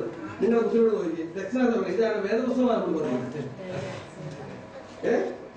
നിന്റെ എന്റെ ഇനി അടുത്തത് എനിക്ക് പിന്നെ എന്നെ കാക്കുക. നോക്കി ഇതാണ് ഞാൻ നിങ്ങളോട് ചോദിക്കുന്നത്. നിങ്ങൾ ഒറ്റയ്ക്ക് ആളുകളുടെ മുന്നിൽ ആവശ്യം വേദനകളിലൂടെ സഞ്ചരിക്കുമ്പോൾ എന്റെ കർത്താവ് എന്റെ ദൈവമേ ഞാൻ നിന്റെ വകയല്ലേ, നീ എന്നോട് ഇങ്ങനെ അർത്ഥിച്ചിട്ടില്ല, ഞാൻ നിന്റെ മുമ്പിൽ ഇങ്ങനെ റെസിഡൻസ് നടക്കണോ എന്നൊക്കെ നിങ്ങൾ ചോദിച്ചു. നിങ്ങൾ എത്ര പ്രാവശ്യം ഇവിടെ 6 പ്രാവശ്യം ചോദിച്ചു. നിങ്ങൾക്ക് 6000 പ്രാവശ്യം ദൈവസന്നിധിയിൽ നിന്ന് ആശ്വാസം പ്രാപിക്കുക. ഇങ്ങനെ നിങ്ങൾ ആ ബന്ധം പുതുക്കുന്ന സമയത്ത് സകല ബുദ്ധിയെയും കവിയുന്ന നിങ്ങളുടെ സമാധാനം നിങ്ങളുടെ ഹൃദയങ്ങളെയും നിലകളെയും ക്രിസ്തു യേശുവിൽ കാത്തു സൂക്ഷിക്കും. യേശു ക്രിസ്തു മുഖാന്തരം ദൈവത്തിന്റെ സ്വന്തം ക്രിസ്തു യേശുവിലൂടെ അല്ലാതെ നമുക്ക് പിതാവിന്റെ സന്നിധിയിൽ ഒരു പ്രവേശനവും ഇല്ല. റോമാലേഖനം 5-ാം അധ്യായം 1-ാം വാക്യം സുവിശേഷത്തിന്റെ എഫക്റ്റാ എന്താണ് ഉപയോഗിക്കുന്നത്? വിശ്വാസത്താൽ നീതീകരിക്കപ്പെട്ടിട്ട് ക്രിസ്തു യേശു മുഖാന്തരം അല്ലെങ്കിൽ ഒരു ക്രിസ്തുവേശുവിന്റെ നാമത്തിൽ അല്ലാതെ ദൈവസന്നിധി ചെല്ലുന്നവൻ കത്തിച്ചാമ്പലായി പോകും. ദൈവ ക്രോധാഗ്നി അവനെ ദഹിപ്പിക്കും. കാരണം അത്ര നീചന്മാരാണ്, അത്ര ഹൃദയശുദ്ധിയില്ലാത്ത പാപികളാണ്. യേശുക്രിസ്തു നീ എന്നെ കഴുകുന്നില്ലായെങ്കിൽ, ഞാൻ നിന്നെ കഴുകുന്നില്ലായെങ്കിൽ നിനക്ക് പങ്കും ഓഹരിയും ഇല്ല. കാൽവരിയിൽ ഓരോ മനുഷ്യന്റെയും സ്ഥാനത്ത് ദൈവക്രോധത്തിന്റെ ദണ്ഡനമേറ്റുക. ആ ക്രോധാഗ്നിയിൽ വെന്തെരിഞ്ഞമർന്നു പോയ ദൈവപുത്രനായ യേശുക്രിസ്തുവിനെ ഇതിന്റെ വ്യക്തിപരമായ നീ ഞാൻ ബന്ധത്തിൽ സ്വീകരിച്ചിട്ടുണ്ട്. അങ്ങനെ സ്വീകരിക്കാത്ത ആരെങ്കിലും വിശ്വാസത്തിന്റെ വേറെ ഉണ്ടായെങ്കിൽ എനിക്ക് അവരോട് സംസാരിക്കാൻ എനിക്ക് ഒറ്റ കാര്യം, ഈ വ്യക്തിപരമായ ബന്ധത്തിലേക്ക് വിശ്വാസത്താൽ എന്റെ കർത്താവ് എന്റെ പാപം ചുമന്നുകൊണ്ട് കാൽവരി മലയിൽ ഹോമയാഗമായി എന്റെ പാപം ചുമന്ന് കൊണ്ട് വിജനദേശത്തേക്ക് പോയ ഒരാട്ടുകൊറ്റൻ മാത്രമല്ല, എനിക്ക് വേണ്ടി ഈ ദേവാലയത്തിലെ യാഗപീഠത്തിൽ വെന്തെരിഞ്ഞ ആടും കൂടിയാണ്. 2 ആടായിട്ടാണ് കർത്താവിനെ ചിത്രീകരിക്കുന്നത് പുസ്തകം. ഒന്ന് അസ്ലേലിലുള്ളത്, ഒന്ന് യഹോവയ്ക്ക്. 2 ആട്ടുകൊറ്റന്മാരെ എടുക്കുമാർ. റിഡംഷൻ, വീണ്ടെടുത്തെന്ന് പറയുന്ന മനോഹരമായ പദമാണ്. ഈ 2 ആട്ടുകൊറ്റന്മാരെ ഒന്നിനെ യാഗം കഴിച്ച് അതിന്റെ രക്തവും മാംസവും വെന്തെരിയും ആ യാഗപീഠത്തിൽ. ആ സമയത്ത് ഒരാട്ടുകൊറ്റന്റെ മേൽ പാപിയുടെ പാപം ചുമത്തിയിട്ട് അതിനെ നിർജ്ജന പ്രദേശത്തേക്ക് അടിച്ചുവിടും. ആരുമില്ലാത്ത വിജനതയിൽ കൊണ്ടിരിക്കും. അത് നമ്മുടെ പാപം ചുമന്നു ഇങ്ങനെ വിജനതയോട് പോകണം. ഞാൻ പറയാൻ കർത്താവായ യേശുക്രിസ്തു ഒരാടായി നമ്മുടെ പാപം ചുമന്നൊഴിച്ചെങ്കിൽ, ഒരാടായിട്ട് ഹോമയാഗമായി കുറിച്ച് വെന്തെരിഞ്ഞെങ്കിൽ, ഇന്നും നമ്മുടെ പാപം ചുമന്നുകൊണ്ട് ആട്ടുകൊറ്റൻ സഞ്ചരിക്കുക. വിജനതയ ആരുമില്ലാത്ത മണലാർന്നങ്ങളിൽ നമുക്കറിയാം. ഈ മിഡിൽ ഈസ്റ്റ് വന്നപ്പോൾ ഞാൻ ഈ സ്ഥലം കണ്ടപ്പോൾ ഓർത്തു, നമ്മുടെ കർത്താവ് ദണ്ഡം സഹിച്ച സ്ഥലത്തിന് വലിയ ദൂരെ അല്ലോ ഞാൻ നിൽക്കുന്നു. ഇന്നും നാളുതോറും നമ്മുടെ പാപങ്ങൾ ചുമക്കുന്ന രക്ഷകൻ യേശു. ഈ യേശുവിനെ നിന്റെ പൂർവ്വകാല പാപം മാത്രമല്ല, നിന്റെ വർത്തമാനകാല പാപം മാത്രമല്ല, നിന്റെ ഭാവികാല പാപത്തിന് വേണ്ടി കൂടി കരുതിയിരിക്കുന്ന യേശുവിനെ വ്യക്തിപരമായ ജീവിതത്തോട് സ്വീകരിച്ച് അവനായിട്ട് നിന്റെ ഹൃദയം പൂർണ്ണമായി കൊടുത്തിട്ടുണ്ട്. കർത്താവേ, ഇതാ ഞാൻ നിന്റെ വേണം. ക്രിസ്തുവിന്റെ പാട്ട് പാടിയല്ലോ, എന്റെ സ്നേഹം ഓർമ്മർപ്പിച്ചു. കർത്താവ് പറയുന്നു, നാമം അത് പറയും. എല്ലാവർക്കും വിഗ്രഹാരാധിക കർത്താവിനായി ഹൃദയം തുറന്നു കൊടുത്തിട്ടില്ലായെങ്കിൽ, ആരെങ്കിലും ഇരിപ്പുണ്ടെങ്കിൽ ഇന്ന് ഈ യേശുവിനെ കൈക്കൊണ്ട് മാനസാന്തരപ്പെട്ട് പുതിയൊരു ജീവിതത്തിനായി പ്രദർശിച്ചുകൊണ്ട് യേശുവിനെ ജീവിതത്തിലൂടെ സ്വീകരിക്കുവാനായിട്ട് ദൈവത്തിന്റെ പരിശുദ്ധാത്മാവ് നിങ്ങളെ സ്വീകരിക്കുകയാണ്. നിങ്ങളെ ഇന്ന് ക്ഷണിക്കുക. ഞാൻ പറഞ്ഞു, പ്രാർത്ഥനയിലേക്ക് നമ്മൾ കടന്നു വരികയാണ്. ഫലപ്രദമായ പ്രാർത്ഥനയുടെ 1ാമത്തെ താക്കോൽ നമ്മൾ പറഞ്ഞു. അതിന് 2 കാര്യങ്ങൾ ഇപ്പോൾ പറഞ്ഞു. എന്തൊക്കെയാണ് ഫലപ്രദമായ പ്രാർത്ഥനയ്ക്ക്? 2 താക്കോലാണ്. അതിന്റെ ഒരു താക്കോൽ നമ്മൾ പറഞ്ഞു. നിങ്ങൾ ആ താക്കോൽ സ്വന്തമാക്കി. എന്താണ് ആ താക്കോൽ? എന്താണ്? അല്ല, ആദ്യത്തെ താക്കോൽ അതല്ലല്ലോ. വാഗ്ദത്തങ്ങൾ.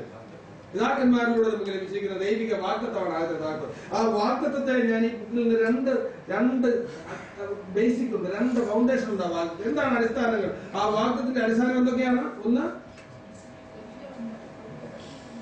കർത്താവുമായിട്ട് ഉടമ്പടി ബന്ധം, ഒന്ന് വാഗ്ദത്തം, രണ്ടാമത്തെ ദൈവമായിട്ടുള്ള ഉറ്റബന്ധം. ആ ഉറ്റബന്ധം ഇന്റിമസിയാണ് കർത്താവുമായിട്ട്. ഞാൻ കാണിച്ചു അനേക സ്ഥലത്ത് നിന്റെ എന്റെ നിന്റെ എന്റെ നിന്റെ എന്റെ. നിങ്ങൾ പ്രാർത്ഥിക്കുവാനായിട്ട് പ്രായോഗിക പ്രാർത്ഥിച്ചിരിക്കുമ്പോൾ എന്താ ചെയ്യേണ്ടത്? മുറിയിൽ കടന്ന് കർത്താവുമായ ഹൃദയം പൂർണ്ണമായിട്ട് ഹൃദയം വാങ്ങി ഇങ്ങനെ പകർന്ന് ഞാൻ പറഞ്ഞു. ഇങ്ങനെ പ്രാർത്ഥിക്കുന്ന സമയത്ത് നിങ്ങൾ നോക്കി ഇവിടെ ശ്രദ്ധിക്കേണ്ട വേറൊരു കാര്യം, ഇദ്ദേഹത്തെ മാന്യത്തിന് വിളിച്ചതിന്റെ ഒന്നാമത്തെ കാര്യം അദ്ദേഹം പ്രാർത്ഥിച്ചു. അദ്ദേഹമാണ് പ്രാർത്ഥിച്ചു. അദ്ദേഹത്തിന്റെ അമ്മ പ്രാർത്ഥിച്ചിട്ടുണ്ടോ അദ്ദേഹത്തെ കുറിച്ച്? ഉണ്ടോ? ഞാൻ നിങ്ങളോട് പറഞ്ഞു ഹന്ന ഇന്നലെ പ്രാർത്ഥിച്ചു. ഹന്നയുടെ ഭർത്താവ് ഒത്തിരി കാര്യങ്ങളൊക്കെ പറഞ്ഞെങ്കിലും ഹന്നയുടെ ഭർത്താവ് അവൾക്ക് വേണ്ടി പ്രാർത്ഥിച്ചു. അതൊന്നും പ്രയോജനപ്പെട്ടില്ല. ഭർത്താവ് പ്രാർത്ഥിച്ചപ്പോഴും അത് പ്രയോജനപ്പെട്ടില്ല. ഞാൻ പറഞ്ഞതിന്റെ അർത്ഥം നമുക്ക് വേണ്ടി പ്രാർത്ഥിക്കേണ്ട ആരാണ്? വേറൊരാള് അല്ലാതാണ്. നമ്മൾ ശബരിമലയിൽ പഠിച്ചത്, ഇവിടെയും പഠിക്കുന്നത്. ഇവിടെ ബസറത്തോടെ പ്രസവിച്ചു എന്നൊക്കെ പറഞ്ഞു. പക്ഷേ ഈ അമ്മ ഈ മകന് വേണ്ടി പ്രാർത്ഥിച്ചിട്ടുണ്ടോ? എന്തുകൊണ്ട് അമ്മ മകന് വേണ്ടി പ്രാർത്ഥിക്കുന്ന തെറ്റാണെന്നുണ്ടോ? അമ്മ മകന് വേണ്ടി പ്രാർത്ഥിക്കണം, പ്രാർത്ഥിച്ചേ തീരൂ. പക്ഷെ അതല്ല എഫക്റ്റീവ് പ്രേരണ. എന്താ അത്? അമ്മയെ സംബന്ധിച്ചുള്ള കാര്യത്തിൽ പ്രാർത്ഥിക്കുന്നതാണ് എഫക്റ്റീവ്. ഉത്തരം സുനിശ്ചിതമായ പ്രാർത്ഥനയാണ് ഞാൻ പറയുന്നത്. എന്താണ് ഇതിന്റെ അവസാനം എഴുതിയിരിക്കുന്നത്? ഈ 10-ാം ഭാഗത്തിന്റെ ലാസ്റ്റ് വാക്യം എന്താണ്? അതുകൊണ്ടാണ് ഞാൻ പറഞ്ഞത് ഈ എഫക്റ്റീവ് പ്രേരണ ഞാൻ ചുമ്മാ പറഞ്ഞാണ്. ഞാൻ ഈ ടെസ്റ്റിന് പുറത്തു പോകുന്നില്ല, ഇതിനകത്തും തന്നെ ഇത് പറയുന്നത് എഫക്റ്റീവ്. ഉത്തരം കിട്ടിയത് പ്രാർത്ഥന നമ്മൾ എടുക്കുന്നു. ഉത്തരം കിട്ടുന്നതിൽ അമ്മ വേണ്ടി പ്രാർത്ഥിച്ചാൽ മതിയോ സാർ? നീ ടെസ്റ്റ് പറയുന്നത് ആരാർക്ക് വേണ്ടി പ്രാർത്ഥിക്കണം? നീ നിന്റെ ഉടമ്പടിയുടെ ദൈവത്തിന് നടത്തി വ്യക്തിപരമായ ബന്ധ ആവശ്യമുണ്ട് എന്ത് ചെയ്യണം? ഇത് രണ്ടും ആദ്യത്തെ കീഴിലെ അടിസ്ഥാനമാണ്. ഇത് മനസ്സിലായോ? ഇവിടെ അമ്മ പ്രാർത്ഥിച്ചില്ല, തന്നെ പ്രാർത്ഥിച്ചു. ജീവനുള്ള ദൈവമായ വ്യക്തിബന്ധത്തിലേക്ക് എത്തി. ഇനിയും നമുക്ക് നോക്കാം. രണ്ടാമത് മറ്റൊരു കീ ഇവിടെ കാണാനുണ്ട്. നമുക്കറിയാം ഒരു കീയെ ഇപ്പൊ പറഞ്ഞു. ഇവിടെ രണ്ടാമത്തെ കീ വളരെ പ്രത്യേകത. പ്രാർത്ഥനയിൽ നിന്റെ ആവശ്യം പൂർണ്ണമായി നിൽക്കുന്നത്. ആവശ്യങ്ങളല്ല, പിന്നെന്താണ് ഇവിടെ പറഞ്ഞ ആവശ്യം? ഒരു സിംഗിൾ നീഡാണ് ഇവിടെ പറഞ്ഞിരിക്കുന്നത്. ഒരു പ്രധാന ആവശ്യമാണ്. അവിടെ നോക്കാം എന്താണ് പറഞ്ഞിരിക്കുന്നത്. ഇവിടെ ഒരു പ്രോബ്ലം ഉണ്ട്. അദ്ദേഹത്തിന് ദൈവസന്നിധിയിൽ പ്രാപിച്ചല്ലാതെ മുന്നോട്ട് ഒരു ഇഞ്ച് പോകാൻ മേലാത്തൊരു വിഷയമാക്കുന്നുണ്ട്. അതാണ് സിംഗിൾ നീഡാണ്. ആ നീഡിലേക്ക് നമുക്ക് നോക്കാം. എന്താണ് വാക്യത്തിൽ തന്നെ നോക്കാം. എന്തായിരുന്നു താൻ പ്രാർത്ഥിച്ചതെന്ന് നോക്കിയാൽ നിങ്ങളൊന്ന് വായിച്ചു. വീണ്ടും 10-ാം വാക്യം ഒന്ന് വായിച്ചു. ഇസ്രായേലിന്റെ ദൈവത്തോട് നീ എന്നെ നിശ്ചയമായി അനുഗ്രഹിച്ചു, എന്റെ അതിർ വിസ്താരമാക്കുകയും നിന്റെ കൈ എന്നോടുകൂടെ ഇരുന്ന് അനർത്ഥം എനിക്ക് വ്യസന കാരണമായി തീരാതെ വണ്ണം എന്നെ കാക്കുകയും ചെയ്താൽ കൊള്ളായിരുന്നു എന്ന് അപേക്ഷിച്ചു.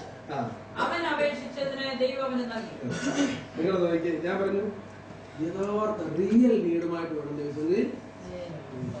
നമ്മളൊരു കൊട്ടയ്ക്കകത്ത് പറഞ്ഞൊരു 19 ആവശ്യങ്ങൾ പറയുന്നതല്ല എഫക്റ്റീവ് പ്രയർ ആണോ? ഒരു കാര്യം എഫക്റ്റീവ് എന്ന് പറഞ്ഞാൽ നമ്മളിപ്പോ ഒരു അമ്പ ചെയ്യാൻ നോക്കി, ഒരു പ്രത്യേക ടാർഗറ്റ് കവർ ചെയ്യാൻ വേണ്ടിയാണ്. ഒരു 10-20 അമ്പുകൾ എടുത്ത് വില്ല വെച്ചിട്ട് നിരത്തി പിടിച്ച് ചെയ്താൽ ഒരു പക്ഷേ ആ ടാർഗറ്റിൽ കൊണ്ടുവന്ന് വരാം, കൊണ്ടിരുന്നു. പക്ഷെ ഒരു അമ്പ് കൃത്യമായിട്ട് ടാർഗറ്റ് ചെയ്ത് കൃത്യമായിട്ട് എടുത്ത് ചെയ്താൽ എന്ത് പറ്റും? ടാർഗറ്റ് പൊളിക്കാൻ തന്നെ. ഇതുവരെ ഈ പറയുന്ന ഒരു ടാർഗറ്റ് ഒരു പ്രത്യേക ടാർഗറ്റിന് വേണ്ടിയുള്ളത്. എന്താണത്? ഇവിടെ പറയുന്ന വാക്കുകൾ നിങ്ങൾ ശ്രദ്ധിച്ചോ. എന്താണ്? നീ എന്നെ നിശ്ചയമായി അനുഗ്രഹിച്ച് എന്റെ അതിർ വിസ്താരമാക്കി നിന്റെ കൈ എന്നോടുകൂടെ ഇരുന്ന അനർത്ഥം എനിക്ക് വ്യസനകാരണമായി തീരാതെ കാക്കുകയും ചെയ്താൽ കൊള്ളാം. ഇവിടെ ദൈവം ഇവിടെ എഫേസ് ആഗ്രഹിക്കുന്ന ഒരു പ്രശ്നമുണ്ട്. ആ പ്രശ്നത്തിൽ ദൈവം കൂടെ ഇരുന്നവനെ സഹായിക്കും. എന്റെ പ്രിയപ്പെട്ടവരെ, നിങ്ങളുടെ ജീവിതത്തിൽ ചിലപ്പോൾ ഒരു പ്രശ്നമായിരിക്കാം നിങ്ങളെ ആത്മീയമായിട്ട് ഏറ്റവും തളർത്തി. അത് ചിലപ്പോൾ ഒരു ഭൗതികമായ കാരണമാകാം, അതിനുപരി ചിലപ്പോൾ ഒരു ആത്മീയമായ കാരണം. ഞാൻ നിങ്ങളോട് ചോദിക്കട്ടെ, ഒരു മനുഷ്യന്റെ ഇവിടെ ഇരിക്കുമ്പോൾ ജനറലായിട്ട് നമുക്കറിയാം ആളുകൾക്ക് വ്യക്തി ജീവിതങ്ങൾക്ക് പല പ്രശ്നങ്ങളുള്ളവരുണ്ട്. എനിക്കറിയാം, ഞാൻ ഇന്നലെ ഒരു കൊച്ചു മോനെ കണ്ടു, ഒരു മാതാവിന്റെ കയ്യിലിരിക്കുന്നത് ഉണ്ടായപ്പോൾ മുതലേ അങ്ങനെ സെറിബ്രൽ എന്തോ പ്രശ്നമായിട്ട് അപ്പു ഇതേപോലൊരു മകനുണ്ട് എന്റെ എബ്രാഹിം. അവന്റെ മാതാവ് ഒരു മരുന്ന് മാറി കഴിച്ച് ഈ മിഡിൽ ഈസ്റ്റിൽ ഉണ്ടായിരുന്നു, ബഹ്റിനിൽ തന്നെ ഉണ്ടായിരുന്ന ഒരു നേഴ്സാണ്. അവള് അവിടെ വന്നു. ആ കുഞ്ഞിനെ നശിപ്പിച്ച് കളയാൻ പലരും ആവശ്യപ്പെട്ടു. അവർ ഇല്ല എന്ന് പറഞ്ഞതിനെ പ്രസവിച്ചു. അവളോട് ഭർത്താവ് തന്നെ അവൾ അതൊന്ന് ജീവിക്കുക. ഒരു ഗവൺമെന്റ് നേഴ്സാണ് ഇപ്പോൾ കേരളം. ഇതുപോലെ തന്നെ അവൻ എഴുന്നേറ്റിരിക്കും, വെച്ചൊക്കെ നടക്കും, ഒന്നും അറിയത്തില്ല, ഒരു പ്രത്യേക സ്ഥിതിയാണ്. ഇതുപോലെ അനേക രോഗങ്ങൾ, അനേക പ്രശ്നങ്ങളുണ്ട്. നമ്മുടെ കർത്താവ് പറഞ്ഞു, പാപനിമിത്തം പങ്കിലമായി പോയ ഭൂമിയിൽ നിങ്ങൾക്ക് കഷ്ടം. ഇയ്യോബിന്റെ പുസ്തകത്തിൽ പറയുന്നു, തീപ്പൊരി ഉയരെ പറക്കുന്നത് പോലെ മനുഷ്യൻ കഷ്ടതയ്ക്കായി. ഞാന് ചിന്തിക്കുക, നമ്മുടെ ഈ ശരീരത്തിൽ നിന്ന് വേർപെടുന്ന സമയം വരെ വീട് എന്തെല്ലാം കഷ്ടങ്ങൾ. കഷ്ടം എന്ന് പറയുന്നത് കഷ്ടങ്ങൾ കൊണ്ട് കോറിയിട്ടിരിക്കുകയാണ് മനുഷ്യന്. ഉണ്ട്, നിശ്ചയമായിട്ടുണ്ട്. നമ്മുടെ കർത്താവ് പറഞ്ഞു പോയി, ലോകത്തിൽ നിങ്ങൾക്ക് കഷ്ടമുണ്ടെങ്കിലും ധൈര്യപ്പെടും, ഞാൻ ലോകത്തെ ഈ ജയിക്കുന്ന ജയമാണ് വിശ്വാസം, അല്ലേ? വിശ്വാസത്താലാണ് നമ്മൾ ജയിക്കേണ്ടത് എന്നാണ് ഈ യോഹന്നാൻ പുസ്തകം. അപ്പോൾ ഈ കഷ്ടങ്ങളെല്ലാം മാറി, ഞാൻ പറയുന്നത് നിങ്ങൾ ശ്രദ്ധിക്കണം, ഈ കഷ്ടങ്ങളെല്ലാം മാറി ഇതൊരു മാവേലി നാട് പോലെയായി, അല്ലേ? മനുഷ്യരെല്ലാവരും ഒന്നുപോലെ ആമോദമോടെ വസിക്കും കാലം ആപത്തങ്ങാർക്കും ഒട്ടില്ലതാനും. ഒരാപത്തുമില്ല, ഒരു രോഗവുമില്ല, ഒരു ദുരിതവുമില്ല, ഒരു പ്രശ്നവുമില്ല, ഒരു സാമ്പത്തിക ബുദ്ധിമുട്ടില്ല, ഒരു കുടുംബ പ്രശ്നങ്ങളുമില്ല. ഇങ്ങനെ ഒരു ജീവിതം ഏതായാലും കർത്താവായ യേശുക്രിസ്തു മടങ്ങി വന്ന് ദൈവരാജ്യം അക്ഷരാർത്ഥത്തിൽ സംസ്ഥാപിതമാകുന്നവരെ ഇവിടെ സംഭവിക്കുന്ന നിങ്ങൾ ആരും വിശ്വസിക്കുന്നുണ്ടോ? ലോകം കുഴപ്പത്തിൽ നിന്നോട് പോയിക്കൊണ്ടിരിക്കുക. കുടുംബജീവിതങ്ങൾക്കൊന്നും പഴയ ശക്തിയിലുണ്ടോ? ഉണ്ടോ? കുഞ്ഞുങ്ങളൊന്നും പഴയ കുളികളല്ല. ഇന്നത് നമ്മളെ ഞെക്കി പിടിപ്പിച്ചോളെ, അല്ലേ?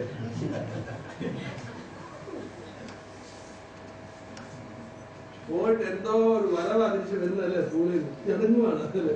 പുതിയ അറിവുകളും ചിലപ്പോ ഒരാളായിട്ട് സ്കൂളിൽ വിട്ടാ, എന്നുള്ള ഒരാൾ പറഞ്ഞു ഒരാളായിട്ട് വിട്ടാ, രണ്ടുപേര് വീട്ടിൽ കയറി. കൂട്ടുകാരനല്ല, ചെറുക്കും പോയിട്ട് കൂട്ടുകാരിയും കൊണ്ട്. ഇതെന്റെ അപ്പന്റെ അപ്പൻ കണ്ട വീടാണ്, നിയമം പഠിച്ചിട്ടാണ്. ഈ വീട് അച്ചായൻ ഉണ്ടാക്കിയതല്ല, പിന്നെ അച്ചായന്റെ ക്രിസ്ത്യൻ പിന്തുടർച്ചാവകാശ നിയമം അനുസരിച്ച് പിതാവ് സമ്പാദിച്ചതിന്റെ ഉത്തരവാദി ആരാണ്? ഏരിയക്കാർക്ക് 11ാം ക്ലാസ്സിലായോ എന്തോ കുഴച്ചിലായിരുന്നത് ആ വീട്ടില്, ആ നാട്ടിൽ ഞടുക്കമാണ്, അല്ലേ? കുഞ്ഞുങ്ങളുണ്ടാക്കി, പ്രത്യേകിച്ച് പെൺകുഞ്ഞുങ്ങളുണ്ടല്ലോ, അങ്ങോട്ട് വിടും. പിന്നീട് കേൾക്കുന്നത് 10-40 സ്ഥലങ്ങളിൽ പോയി, അല്ലേ? മന്ത്രിമാരും കേന്ദ്രമന്ത്രിമാരും ഒക്കെ കൂട്ടിക്കൊണ്ട് പോയി. അതിനുശേഷം ഇനിയിപ്പോ പെണ്ണിന്റെ പേരെന്താണ്? ഒരു സ്ഥലത്തിന്റെ പേരിലാണ് അറിയപ്പെടുന്നത്. എന്താണ്? ഒന്ന് സൂര്യനെല്ലി പെൺകുട്ടി, അല്ലെ വിതിര പെൺകുട്ടി, അല്ലെങ്കിൽ നെല്ലിമൂട് പെൺകുട്ടി, അല്ലെ ഇട്ടിപ്പാറ പെൺകുട്ടി അഡ്രസ്സില്ല. പിന്നെന്താണ്? സ്ഥലത്തിന്റെ പേരിലാണ്. ഇതുപോലെ കറപ്റ്റഡാണ് ലോകം.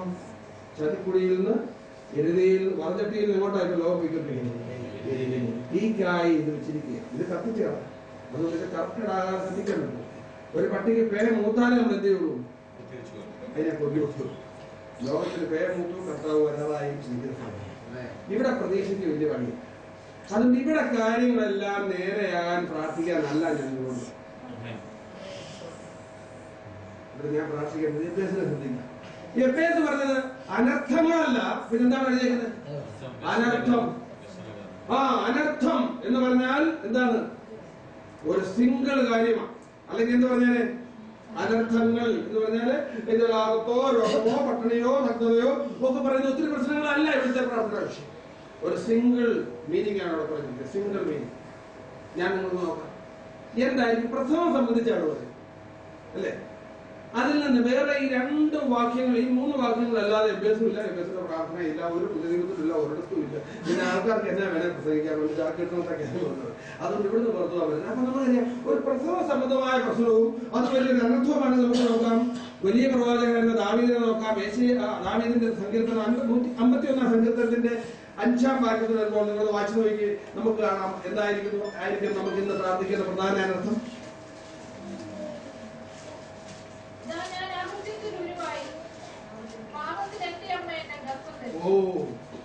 എന്താ വിഷയം? ഇതാ ഞാൻ അകൃത്യത്തിൽ ഉരുവായി, പാപത്തിൽ എന്റെ അമ്മ എന്നെ ഗർഭം ധരിച്ചു. ഞാൻ വിചാരിക്കട്ടെ, ഒരു മനുഷ്യനെ സംബന്ധിച്ച് പുരുഷനാകട്ടെ, സ്ത്രീയാകട്ടെ, കുട്ടിയാകട്ടെ, ഏറ്റവും വലിയ അനർത്ഥം എന്താണ് എന്നോട് നിങ്ങൾ പറയാം. ഞാൻ പറയില്ല, നിങ്ങളായിരുന്നു. ഇവിടെ ഇരിക്കുന്ന ഒരു പുരുഷനാകട്ടെ, സ്ത്രീയാകട്ടെ, ഒരു കുട്ടിയാകട്ടെ, അവരുടെ ജീവിതത്തിലെ ഏറ്റവും വലിയ അനർത്ഥം ഉണ്ടാകും. പറഞ്ഞു ശരിയാ? ഒറിജിനൽ സിൻ, അകൃത്യഭാരം ചുമക്കുന്ന ജനം, ദുഷ്പ്രവൃത്തിക്കാരുടെ മക്കൾ, ജീനിയോളജി, അതെ, ഇങ്ങനെ തലമുറയായിട്ട് കൈമാറ്റം ചെയ്യപ്പെടുന്ന പാപ സ്വഭാവം. വേദപുസ്തകം പഠിച്ചാൽ ദാവീദിനെപ്പോലുള്ള മഹാപ്രവാചകന്മാർ, ദൈവത്തിന്റെ ഹൃദയത്തോട് പറ്റി ജീവിച്ച ആളുകൾ, അവരെന്നോരം വിലപിക്കുന്ന എന്തിനു വേണ്ടിയാ നമുക്കറിയാം. നീ എന്നെ ശോധന ചെയ്യണമേ, വ്യസനത്തിനുള്ള മാർഗം എന്നിലുണ്ടോ എന്ന് നോക്കി എന്നെ ശ്വാസം പറഞ്ഞിട്ടുണ്ട്. ഇവിടെ പറയാൻ അനർത്ഥം എനിക്ക് വ്യസന കാരണമായി എന്റെ പാപസ്വഭാവങ്ങൾ, എന്റെ മിനിസ്ട്രിയെ, എന്റെ ജീവിതത്തെ, എന്റെ കുടുംബത്തെ തകർച്ചയിലാക്കി കളയരുത് എന്നാണ്. ഞാൻ എന്റെ ആപ്ലിക്കേഷൻ നിങ്ങൾ പറയും. ഒരു ഭാഗം നമ്മുടെ കോഴ്സ് ചെയ്തിട്ടായിരുന്ന ഒരു ആപ്ലിക്കേഷനിലേക്ക് ചുമ്മാതെ വളരെ കഥ പഠിക്കാനല്ല ഇത് പറയും. ഇന്ന് നമ്മുടെ പ്രായോഗിക വൃത്തി ചെയ്യാൻ അവിടെ ഇങ്ങോട്ട് അതിനൊരു പാലം കെട്ടി ഇന്ന് ഈ ടെസ്റ്റ് നിങ്ങളോട് എന്താണ് സംസാരിക്കുന്നത്? എന്താണ് ഇവിടെ സംസാരിക്കുന്നത്? അനർത്ഥമാണ്. അത് വ്യസന കാരണമായി അവരോട് ആളുകൾ പ്രാർത്ഥിച്ചു. ഓരോ ദിവസവും ദാവീദ് രാജാവ് ദൈവത്തെ തന്റെ ഹൃദയത്തോട് ക്ഷണിക്കുമായിരുന്നു. ദൈവമേ, എന്നെ ശോധന ചെയ്യണം. നിങ്ങൾ 110 ചിത്രമായി അവന്റെ ജീവചരിത്രമാണ്. അവൻ ഉണ്ടാകുന്നതിന് മുമ്പുള്ള ചിത്രങ്ങൾ പരിശോധിക്കുകയാണ്. ദൈവത്തിന്റെ വിചാരത്തിന്റെ ആധിക്യവും ബാഹുല്യങ്ങളും അവൻ ഇങ്ങനെ വ്യാഖ്യാനിക്കുകയാണ്. അതിനുശേഷം അവൻ പറയുകയാണ്, ഒടുക്കം പറയുകയാണ്. എന്താണ് പറയുന്നത്? ദൈവമേ, നീ എന്റെ ഹൃദയത്തിലോട്ട് എന്റെ നിലവുകളെ നീ പരീക്ഷിച്ച് അറിയണം, എന്നെ ശോധന ചെയ്യണം. Examine me oh my lord. Examine, അത് വല്ലോ ഉണ്ടോ എന്ന് പരിശോധിച്ച് നോക്ക്. വ്യസനമാർഗം എന്തെങ്കിലും ഉണ്ടോ എന്ന് നോക്കി എന്നെ സ്വാസ്ഥ്യമാക്കണം. ഇവരുടെ ലൈഫിൽ നമുക്കറിയാം അനേക കുടുംബ ജീവിതങ്ങൾ തകരുന്നുണ്ട്. ഞാനിവിടെ ആപ്ലിക്കേഷനിൽ വരാം. അനേക കുടുംബ ജീവിതങ്ങൾ വരും. തോന്നിയ പ്രകാരം, ജീനിയോളജി പ്രകാരമുള്ള ജീവിതമാണ് കുടുംബങ്ങളെ തകർക്കുന്നത്. ഇത് മനസ്സിലാകും.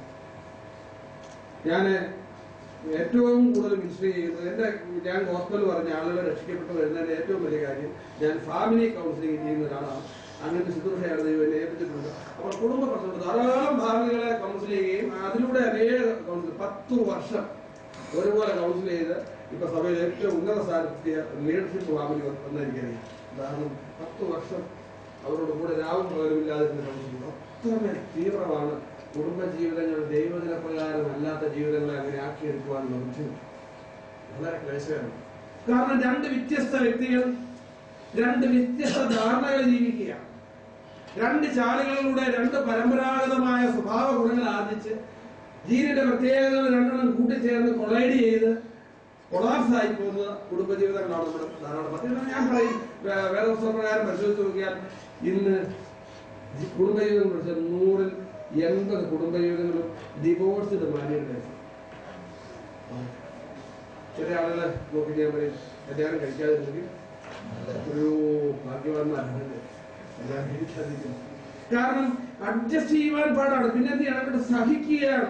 ഈ അകൃത്യഭാരം അങ്ങോട്ട് ചുമക്കുകയാണ്. ഒരാളുടെ പാപം വേറൊരാൾ ചുമക്കുന്നു, അയാളുടെ പാപം ഇവർ ചുമക്കുന്നു.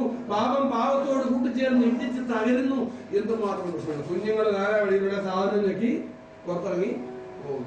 നിങ്ങൾക്കറിയാമോ കുഞ്ഞുങ്ങൾ മോശമാകുന്നതിന്റെ പിന്നിലെ കാരണം എന്താണെന്നറിയാമോ? കുടുംബജീവിതങ്ങൾ ശരിയല്ലാത്ത ദിശയിലാണ്. വേദപുസ്തകം എത്ര മനോഹരമായിട്ടാണ് കുടുംബത്തെ വരച്ചു വെച്ചിരിക്കുന്നത്. കുടുംബത്തിന്റെ വാക്കിന്റെ അർത്ഥം ദൈവം ഡിഫൈൻ ചെയ്തത് എന്താണെന്ന് ചോദിച്ചാൽ എന്താണ്? കൂടുമ്പോൾ ഇമ്പം. 2 സാധനങ്ങൾ ഒന്നിച്ച് ചേരുമ്പോൾ എന്താണ്?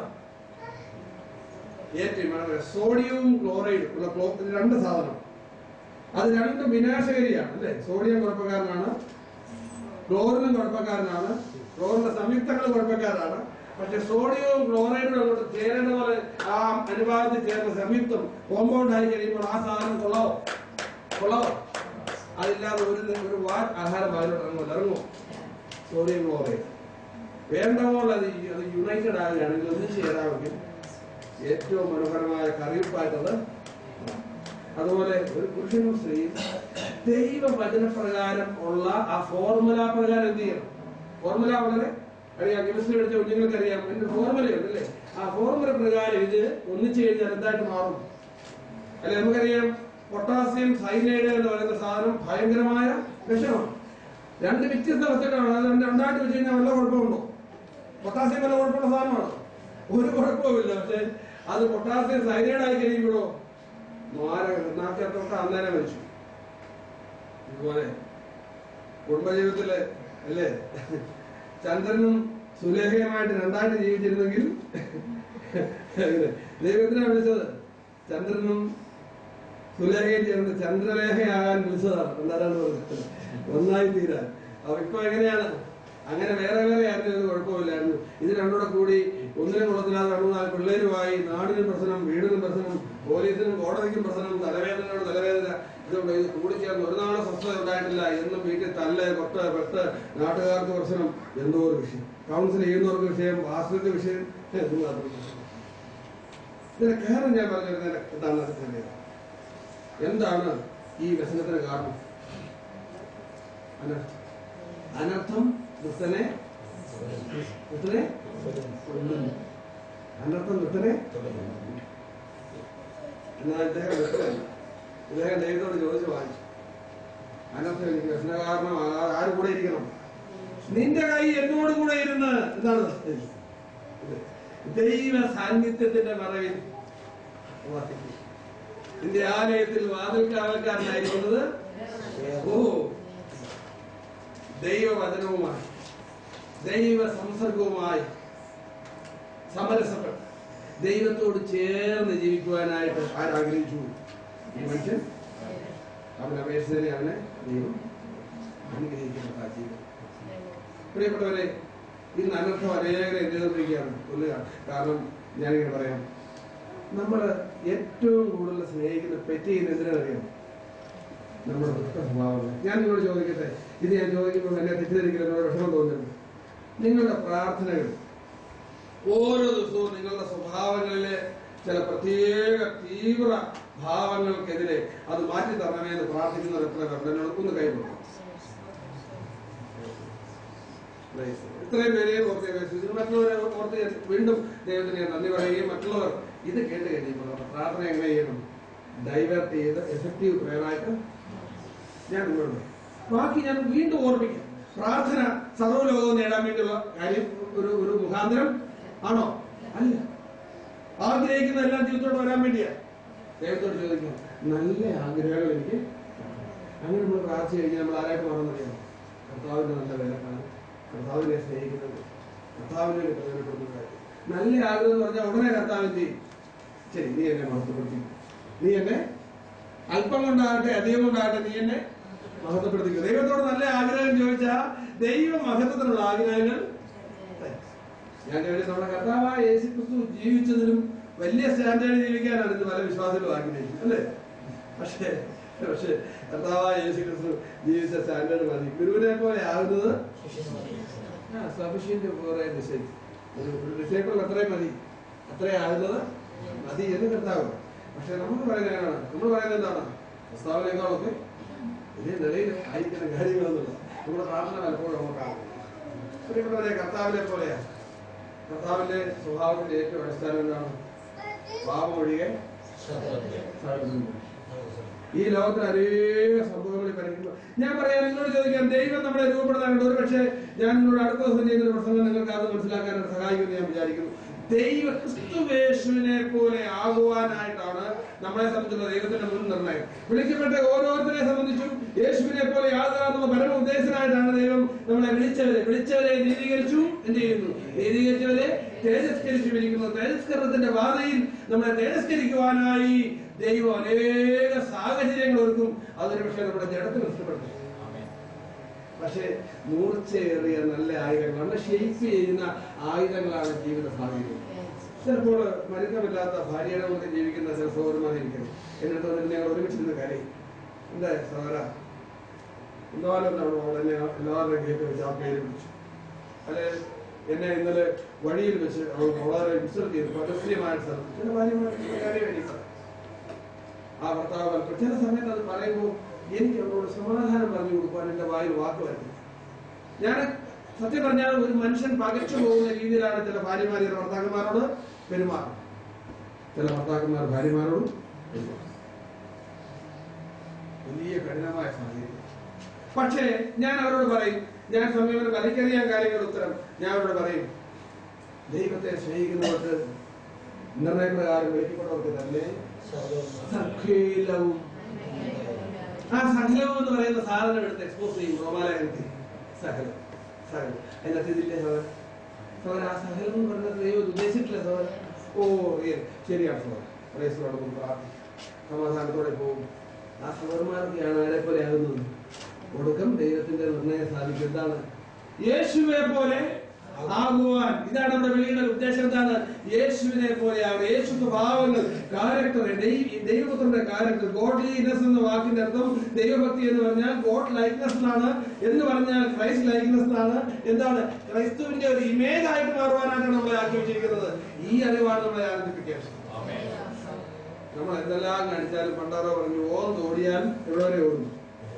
വേലിക്കൽ വരെ ഓടും. പിന്നെ എന്ത് ചെയ്യും? മേലോട്ട് കയറും അല്ലേ? അതിനൊത്തിരി ഓടാൻ പറ്റത്തില്ല. ഭയങ്കര സ്പീഡിലാകും. ഒറ്റ പോകാണ് കോടതി വേലി കണ്ട അതിലൂടെ കയറി ഇങ്ങനെ ഇരിക്കും. ആരും അടിച്ചു കൊടുക്കും. നമ്മൾ ഈ ഭൂമിയിൽ എന്തെല്ലാം അനുഗ്രഹങ്ങളോ എന്തെല്ലാം സമ്പത്തോ സൗഭാഗ്യമോ സ്ഥാനമാനങ്ങളോ പേരുകളോ ഒക്കെ നേടാൻ വിചാരിച്ചാൽ എത്ര നേരം നേടും? കുറച്ച് കഴിയുമ്പം എന്ത് ചെയ്യും അല്ലേ? ഓരോ ദിവസം കഴിയുമ്പോൾ പേടിയാണ്. ശരീരം വണ്ണം വെക്കുമോ, കുനിയാൻ മേല, തിരിയാൻ മേല, നിലത്തിരിക്കത്തില്ല. ഞങ്ങളൊക്കെ 3-5 ദിവസം ഉപസിച്ചിരിക്കുമായിരുന്നു. 2 കാലം ഇരിക്കുന്നുണ്ട്, ഒരു പ്രശ്നവുമില്ല. പക്ഷെ എന്നെല്ലാം നോക്കിയിട്ടും ഓരോ ദിവസം കഴിയുന്നവർ ശരീരത്തിന്റെ സ്ഥിതി എങ്ങനെയാവുക? മോശമാവില്ലേ? പിന്നെ ഈ സാധനത്തിന് ഇത്ര വലിയ പ്രത്യാശയ്ക്ക് ആഗ്രഹവും ഇതിനെ ഇത്ര സംരക്ഷിച്ച് പിടിക്കേണ്ട ആവശ്യമൊന്നുമില്ല. ഇതിനെക്കുറിച്ച് ഒരു ബോധം വേണ്ട. അവിടെ നിന്നു, അവിടെ പുലു വന്നു, അവിടെ വെട്ട് വന്നു, അവിടെ വിലക്ക് വന്നു, വയറ്റി മഴ വന്നു, കട്ട് ചെയ്ത് വന്നു, അത് മാറാൻ വേണ്ടി ഉപവാസ പ്രാർത്ഥന കാര്യം പ്രാർത്ഥിച്ചു. പക്ഷെ അത് ആ മഴ മാറാനാണോ പ്രാർത്ഥിക്കുന്നത്? അനർത്ഥം മാറാനാണ്. മഴയെ കൊല്ലുന്ന വിഷം ഹൃദയത്തിൽ ഇരിക്കുമ്പോൾ ഒരു ക്യാൻസർ വന്ന് ദൈവം നമ്മൾ വിളിക്കാൻ തീരുമാനിച്ച അതിനുവേണ്ടി വലിയ ആവേശത്തോടെ പ്രാർത്ഥിക്കണം എന്ന് ഞാൻ ആരും പഠിക്കാം. നിങ്ങൾക്ക് എത്ര ക്യാൻസർ മാറിയാലും വേറെ ക്യാൻസർ. ഇപ്പോഴത്തെ ഒരു മഴനീയുടെ പെൺകുട്ടിയുണ്ട്, ജീന, എന്റെ ചെറുതൊന്ന് പ്രാർത്ഥിക്കണം. 2 കൊച്ചു കുഞ്ഞുങ്ങളാണ്, മോനും ഇന്നിയും, ഒരാണും ഒരു പെണ്ണും. 10 വർഷം മക്കളില്ലാതെ നിന്നു. ഭർത്താവ് ദുബൈയിലാണ്, ഭാര്യ നാട്ടിലാണ്. അവളോട് വന്നിരുന്നു. 10 കൊല്ലം അവൾ ഹോർമോൺ ചികിത്സ ചെയ്തു. അതിന്റെ അനന്തരഫലമായിട്ട് എന്തുണ്ടായി? അവള് വലിയ വിശ്വാസത്തിൽ നിന്നുള്ളതാണ്. അവളുടെ നാത്തൂരും ഭർത്താവും ഒക്കെ ആക്റ്റീവ് ഉണ്ടായിട്ടാണ്. അവരുടെ വീട്ടിൽ പോകും, സംസാരിക്കും, നമ്മളെ സ്നേഹിച്ചു, കൂട്ടായ്മ കാണിച്ച് നമ്മളെ നമ്മുടെ ജീവിതം നോക്കേണ്ട, വ്യക്തിഗത ജീവിതം നോക്കേണ്ട. അവളും ആകർഷിച്ച് അങ്ങനെ വന്ന പാടെ ഒരു ദിവസം ഇരുന്ന് കഴിഞ്ഞപ്പോൾ അവർക്ക് ഇവിടെ തടിപ്പുണ്ടായിരുന്നു എന്ന് പറഞ്ഞു. അപ്പൊ എന്റെ വൈഫ് പറഞ്ഞു, പോയി ഒന്ന് കാണിക്കും എന്നൊക്കെ പറഞ്ഞു. കുറച്ചു നാളായിട്ടുണ്ടായിരുന്നു. ചേച്ചിന്ന് പറഞ്ഞു, ശരി. ഡോക്ടറെ കണ്ടു. അത് കഴിഞ്ഞപ്പോൾ പരിശു ബയോപ്സി പോയി, ക്യാൻസർ. 2 കുഞ്ഞുങ്ങൾ, ഒരാളും ഒരു കുഞ്ഞു, ഓടി നടക്കുന്ന തങ്കപ്പുറം.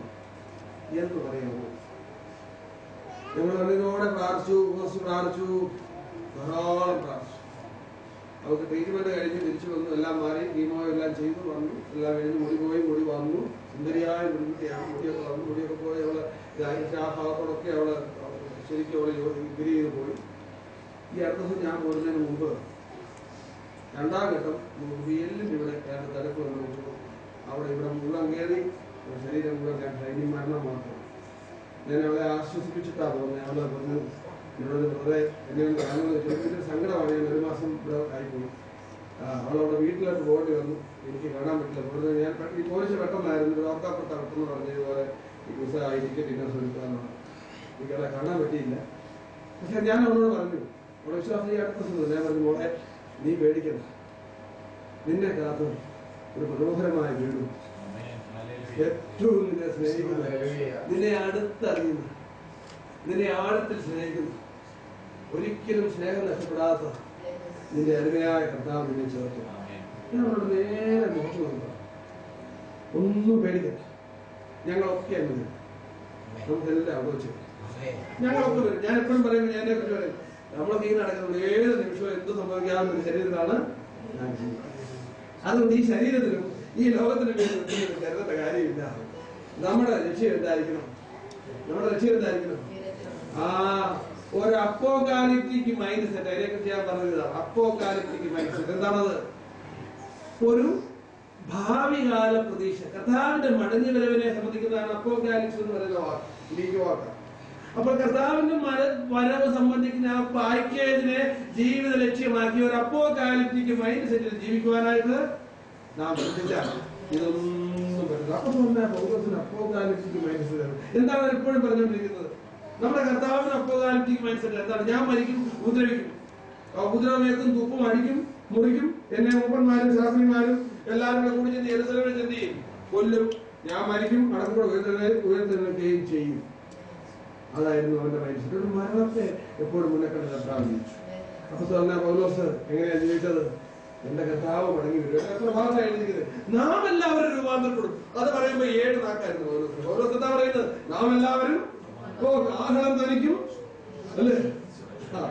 മരിച്ചവരെ രക്ഷകനാക്കി ഉയർക്കും, നാം എല്ലാവരും രൂപാന്തരപ്പെടും. പൗലോസ് ഒത്തിരി മുന്നില്ല. പുള്ളി മരിച്ചിട്ട് ഉയർക്കും നല്ല പുള്ളി വിശ്വസിച്ചിട്ടുണ്ട്. അവസാനം വരെ 2 തിമോത്തിയോസിൽ ചെന്നപ്പോഴാണ് പറഞ്ഞത്, ഞാൻ മരിക്കും. അന്നേരം കർത്താവ് പറഞ്ഞു, മോനെ നീ രൂപാന്തരപ്പെടാനും പോകുന്നില്ല, നീ എന്ത് ചെയ്യും? അതിന് മുമ്പ് കൂടെ പൗലോസിനോട് കർത്താവ് എന്താ പറഞ്ഞത്? കർത്താവ് വെള്ളം പറഞ്ഞതാണോ? ഇല്ല. കർത്താവ് നമുക്ക് ജീവിക്കാൻ വേണ്ടി ഒരു മൈൻഡ് സെറ്റ് ഉണ്ടാക്കാൻ വേണ്ടി കാര്യം നമ്മൾ മുന്നിൽ വെക്കുക. ഒരു പ്രത്യാശ കർത്താവ് എപ്പോഴും മുന്നിൽ വെച്ചിരിക്കുക. ഒരപ്പോകാലിപ്റ്റിക് ജീവിതത്തിൽ ഈ ലോകത്തിൽ നിങ്ങൾക്ക് പേരുകളുണ്ടായി. ഈ ലോകം ക്ഷണികമാണ്. ഈ ലോകവും അതിന്റെ മോഹവും ഏത് വിധേനയും ദൈവേഷ്ടം ചെയ്ത് ജീവിക്കും. നമുക്ക് ദൈവേഷ്ടം ചെയ്യാനുള്ള ഏറ്റവും നല്ല വഴിയാണ് പ്രാർത്ഥന. ഈ ജബേസ്യൻ പ്രാർത്ഥന, അല്ലേ? ജബേസ്യൻ ഈ ജബേസ് പ്രാർത്ഥിച്ചു. അതിനർത്ഥം എനിക്ക് വ്യസനകാരണമായി തീരാതെ നിന്റെ കയ്യിനോടുകൂടെ എന്നെ കാക്കുകയും ചെയ്താൽ. ഇവിടെ കർത്തൃ സാന്നിധ്യത്തിൽ ജീവിക്കാനായിട്ടാണ്. നിന്റെ കൈ എന്നോടുകൂടെ ഇരിക്കാൻ പറഞ്ഞ എന്റെ അർത്ഥം ദൈവത്തിന്റെ മുഖപ്രകാശത്തിൽ ജീവിക്കുക. പങ്കിലാവസ്ഥയെ പരസ്യപ്പെട്ടു. അങ്ങനെയാ ഞാൻ എന്നോട് പോരുന്നതിന് വിചാരിച്ച് പ്രസംഗിച്ചതാ. നമുക്ക് സഹോദരന്മാർ ദൈവമക്കൾ തമ്മിൽ കൂടിയിരുന്ന് പാപപരാജയങ്ങളും പോരാട്ടങ്ങളും ചർച്ച ചെയ്യാനുള്ള നല്ല ലക്ഷ്യത്തിൽ ചർച്ചകളുടെ നല്ലതാണ്. നമ്മളെ എന്താണ് ഏറ്റവും കൂടുതൽ? അനേകം ആളുകൾ പാപം ചെയ്യുകയാണ്, ഹൈഡ് ചെയ്താണ് ജീവിക്കുന്നത്, അല്ലേ? അനേക ഏരിയകളിൽ വിശ്വാസികൾ പരാജയപ്പെടുന്നുണ്ടല്ലേ? അനേകർ പാപത്തിലാണ് ജീവിക്കുന്നത്. അനേകരുടെ ജീവിതം പരിശോധിച്ച് നോക്കിയാൽ അനേക സാമ്പത്തിക ക്രമക്കേടുകൾ, ലൈംഗിക പാപങ്ങൾ, അനേകം അഹന്തയുടെ പ്രശ്നങ്ങൾ, അനേകം അസൂയയുടെ പ്രശ്നങ്ങൾ. ഞാൻ ഒരു ഫോർമുല കൊടുത്തിട്ടുണ്ട്. ആ കൂട്ടി കുറെ വാക്കുകൾ ശ്രദ്ധിച്ച് പ്രാർത്ഥിക്കണം. അഹങ്കാരം, ആർത്തി, അസൂയ, അനുസരണക്കേട്, ഇങ്ങനെ ആ കുട്ടിയുള്ള പാവങ്ങൾ നോക്കിയാൽ ആളുകളുടെ അനർത്ഥമല്ലേ? അനർത്ഥം ആ കുട്ടിയല്ലേ? അനർത്ഥം എന്തൊക്കെയാണെന്ന് ചോദിച്ചാൽ 5 ലിസ്റ്റ് ആ കുട്ടി കൊടുക്കുക. അതിലോകത്തെ ലിസ്റ്റിൽ നിൽക്കുന്ന അതറിയാവോ? സകല പ്രശ്നങ്ങൾക്ക് മൂല കാരണമായിരിക്കുന്ന ഭാവന അറിയാവോ? അഹങ്കാരം, അഹങ്കാരം. കുടുംബജീവിതങ്ങൾ പൂർണ്ണമായിട്ട് പലതും ചത്തത്തിനൊത്തുമേ ജീവിച്ചെങ്കിൽ സന്തോഷമുണ്ടെന്ന് അവർ അഭിനയിക്കുകയാണ്. പക്ഷെ എന്തില്ല? അഹങ്കാരം. എന്റെ ചർച്ചിൽ പണ്ട് ഒരു ഫാമിലി ഉണ്ടായിരുന്നു. അവരെ ചർച്ചിൽ നിന്ന് പുറത്താക്കി. കുറെ ആളുകൾ പോകുമ്പോ സിറ്റൗട്ടിൽ ഭാര്യ ഭർത്താവിന്റെ മണ്ണ കയറിയിരിക്കുക. കുഴപ്പമില്ലായിരുന്നു. വാക്കത്ത് കയറും. കഴുത്തിന് സിറ്റൗട്ടിലിട്ടാണ് ഉന്തിയിട്ടത്. വാക്കത്ത് എവിടെ പിടിച്ചിരിക്കുക? വെട്ടാൻ. ഇപ്പോഴും ഒരു വിശ്വാസമില്ലാന്ന് പറഞ്ഞൊക്കെ ജീവിക്കുന്നുണ്ട് എവിടെയോ. കാരണം എന്താണ് അതിന്റെ കാര്യം? ആ സ്ത്രീക്ക് ഭർത്താവിന് കീഴ്പ്പെടുവാനായിട്ട് മഹാ അഹങ്കാരിയായ സ്ത്രീ ഭർത്താവിനോട് പറഞ്ഞു, പണ്ടാരുടെ എന്റെ സഹോദര പറഞ്ഞിട്ടുള്ളൊരു കാര്യം, അഹങ്കാരം ഏറ്റവും വലിയ അനർത്ഥം, അസൂയ ഏറ്റവും വലിയ ബന്ധങ്ങളെ തയ്യാറാക്കുന്നത് എന്താണ്? അസൂയ. ആർത്തി എന്താണ്? ഉള്ളതൊന്നും വീണ്ടും വീണ്ടും വീണ്ടും അന്വേഷിച്ച് ഓടുക. കുട്ടികളൊന്നും തൃപ്തി. തീയെ പോലെയാണ് പല വിശ്വാസം. എന്താണ് തീ? തീ എന്താണ്? എത്ര കത്തിയാലും പിന്നെ പിന്നെ നിങ്ങളൊന്ന് കത്തിച്ച് നോക്കി. എന്നാ കൂടെ അതിനകത്തിട്ടാലും എന്തുകൊണ്ടാലും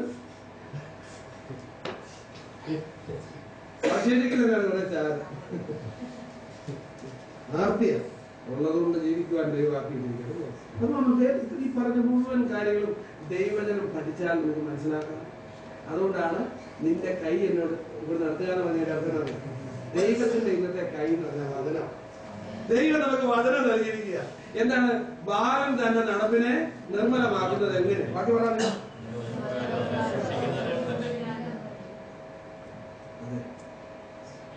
ഇവിടെ ഇദ്ദേഹം പ്രാർത്ഥിച്ചത് ഇദ്ദേഹത്തിന്റെ ഹൃദയവിശാലതയ്ക്ക് വേണ്ടിയാണ്. അദ്ദേഹത്തിന്റെ ഹൃദയം പാപമംഗലമാണ്. ഈ പാപം, ഈ ദൈവത്തോട് മറുതലിക്കുന്ന ഈ പാപ സ്വഭാവങ്ങൾ വിട്ട് എന്റെ ഹൃദയം വിശാലമാകണമെന്നാണ് പ്രാർത്ഥിച്ചത്. എന്റെ അതിര് വിസ്താരപ്പെടുത്തണം. നിങ്ങൾക്ക് മനസ്സിലായോ ഏതിന്റെ അതിരാണ്? നിങ്ങളുടെ 119 സംഘത്തിലെ ഒരു പ്രാർത്ഥന നോക്കി, ഇവിടെ ഒന്ന് വായിച്ചു നോക്കി. 119 സംഘത്തിൽ 34 വാക്യമാണെന്ന് എനിക്ക് തോന്നുന്നു. 119 സംഘത്തിന്റെ 34 വാക്യത്തിൽ ഒരു ഒരു ഒരു ഒരു സ്റ്റേറ്റ്മെന്റ് അവിടെ എഴുതി വെച്ചിരിക്കുകയാണ്. അതിന്റെ 32ാമത്തെ വാക്യം.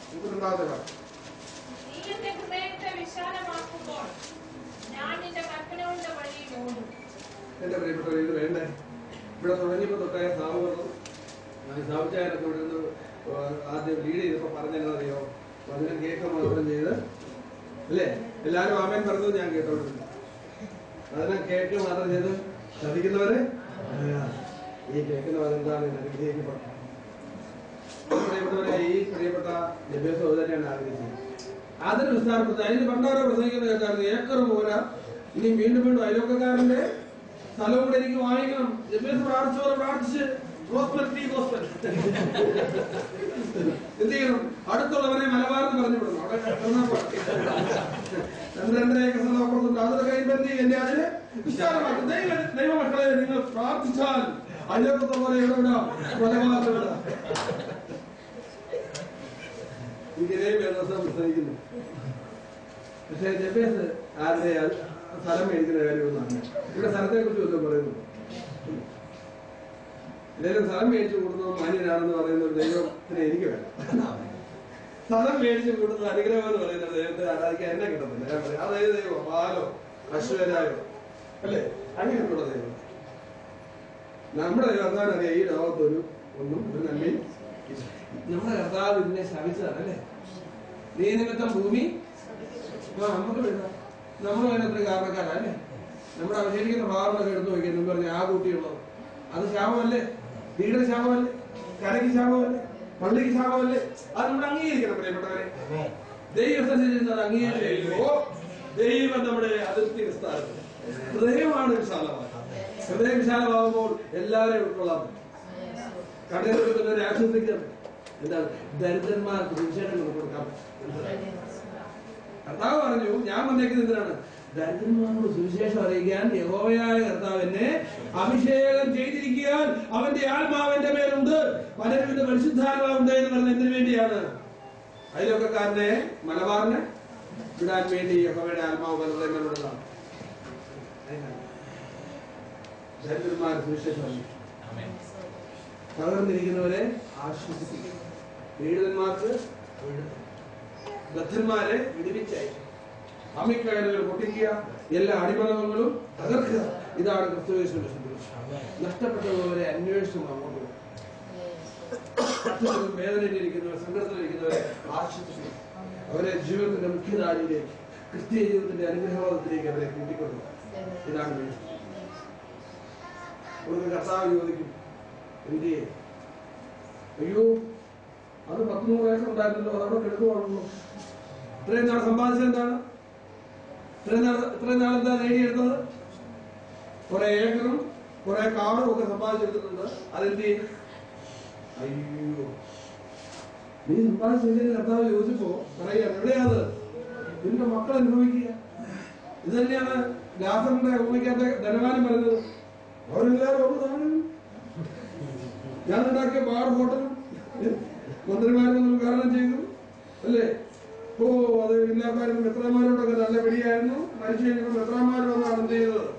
അടക്കിയ ലാഭം എന്ന് പറയാൻ പുള്ളി കാലിനെ കാലൊക്കെ ഇങ്ങനെ ആട്ടി അബ്രാമിന്റെ വെളിയിലിരുന്നതൊക്കെ എവിടെ പറയാനുണ്ട്.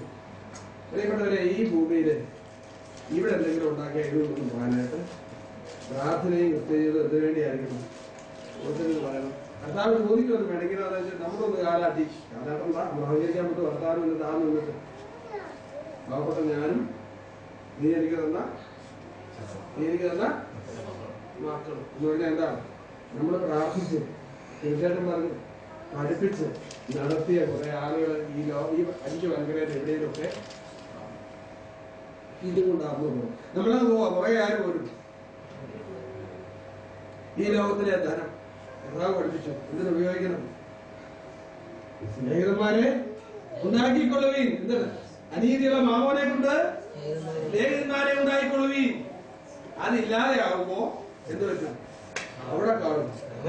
അതിലെ ചെല്ലുമ്പോ നിത്യ കൂടാരൊക്കെ സഹോദര ഇതെന്ന് വന്നേ അയ്യോ സഹോദരൻ സുവിശേഷം പറഞ്ഞ് പറഞ്ഞ് ഗുണപ്പെട്ടതാണ് ഞങ്ങൾ കുടുംബം. എല്ലാവരും ഇറങ്ങി വരും അല്ലെ, പിള്ളേരും എല്ലാവരും ഏസ്കരിക്കപ്പെട്ട മക്കള് വീട്ടിൽ നിത്യ കൂടാരത്തിൽ ഇറങ്ങി വരുമ്പോ കർത്താവിന്റെ സ്തോത്രം, കർത്താവിന്റെ കുരിശുകൊണ്ടായ കുരിശുകൊണ്ടായ സംഭവിച്ചത് ഞാനങ്ങനെ പറഞ്ഞെന്ന് മാത്രമേ ഉള്ളൂ എന്ന് പറയുന്നത് നമ്മൾ പോകും. എത്രയോ പേര് അവിടെ സ്വീകരിക്കാൻ മറ്റേ മലബാറിനെടുത്തവരൊക്കെ എന്ത് ചെയ്യും?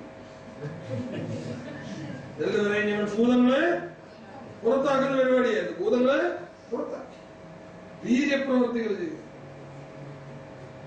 ആ നാളിൽ ഞാൻ അവരോട് പറയും, എന്താ പറഞ്ഞത്? അധർമ്മം പ്രവർത്തിച്ചവരെ യു അനോമോസ്, ഇംഗ്ലീഷിൽ പറയുന്ന അനോമോസ്,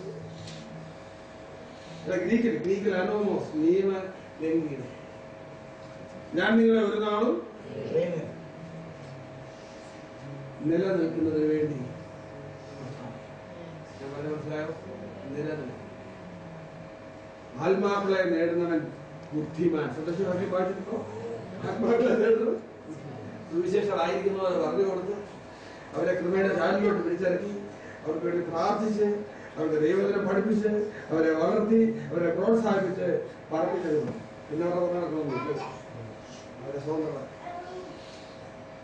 പ്രിയപ്പെട്ടവരെ, അതാണ് മിനിസ്റ്റർ. നിശ്ചയമായിട്ടും ഇവിടെ ഞാൻ പ്രാർത്ഥനയെ കുറിച്ചാണ്. എന്തിനു വേണ്ടി പ്രാർത്ഥിക്കണമെന്നാണ് അവസാനമായിട്ട്. എന്താണ് ഇതിനു വേണ്ടിയാണ് പ്രാർത്ഥിക്കുന്നത്? നിങ്ങളുടെ ജ്ഞാനമുള്ള ഹൃദയത്തിന് വേണ്ടി, അങ്ങനെയുള്ള ഹൃദയവിശാലതയ്ക്ക് വേണ്ടി. എന്റെ ഹൃദയത്തെ വിശാലമാക്കുമ്പോൾ ഞാൻ നിന്റെ കൽപ്പനയുടെ വഴിയെ ഓടും. ദൈവത്തിന്റെ പ്രമാണങ്ങൾ അനുസരിക്കുവാൻ പാകപ്പെടുത്തിയ ഒരാളെ എടുക്കണം. എനിക്ക് ആ പാകം തന്നവേന്നാണ് ആര് പ്രാർത്ഥിച്ചത്? അത് ഒരു ദിവസം പോലെ നിന്റെ കൈ എന്നോട് കൂടെ ഇരുന്ന്. പ്രസന്റ് കണ്ടിന്യൂസ് ടെൻസിലാണ് ഈ വാക്ക് ഹീബ്രു ഭാഷയിൽ. പ്രസന്റ് കണ്ടിന്യൂസ് ടെൻസ് പറഞ്ഞാൽ എന്താണ്? തുടർ വർത്തമാനം. ഇരിക്കാന്ന് പറഞ്ഞാൽ ഒരു കുറച്ച് ദിവസം ഇരിക്കാനല്ല പറഞ്ഞേക്കുന്നത്. അല്ല കുറച്ചു കാലം വചനമൊക്കെ ആയിരിക്കും. അത് കഴിഞ്ഞ് ഞാൻ ഇഷ്ടപ്പെടുത്തുള്ളൂ. പകരമാണ് മരണ വഴി. കർത്താവുമായി മുഖാമുഖം കാണുന്ന വഴി വരെ നിന്റെ വചനങ്ങൾ, അത് രാവിലെ ഇവിടെ ഞാൻ കേട്ടു പറയുന്നത്, കേട്ട നിന്റെ പ്രമാണങ്ങൾ, നിന്റെ കൽപ്പനകളുടെ പാതകൾക്ക് വിളക്കും, പാതകളിൽ എന്ന് നീ നടക്കുന്നുണ്ടോ? ജീവിതത്തെ കുറിച്ച് പറയുന്നത് നടപ്പ് എന്നാണ്. പെരിപാറ്റോ എന്ന് പറയുന്നത് ഗ്രീക്ക് വാക്ക് പറയുന്നത് നടപ്പ്, നടക്കുക. ജീവിതത്തെ കുറിച്ച് പലർക്കും പറഞ്ഞു. ഈ നടക്കുന്നതൊക്കെ എന്താ ആവശ്യമുണ്ട്?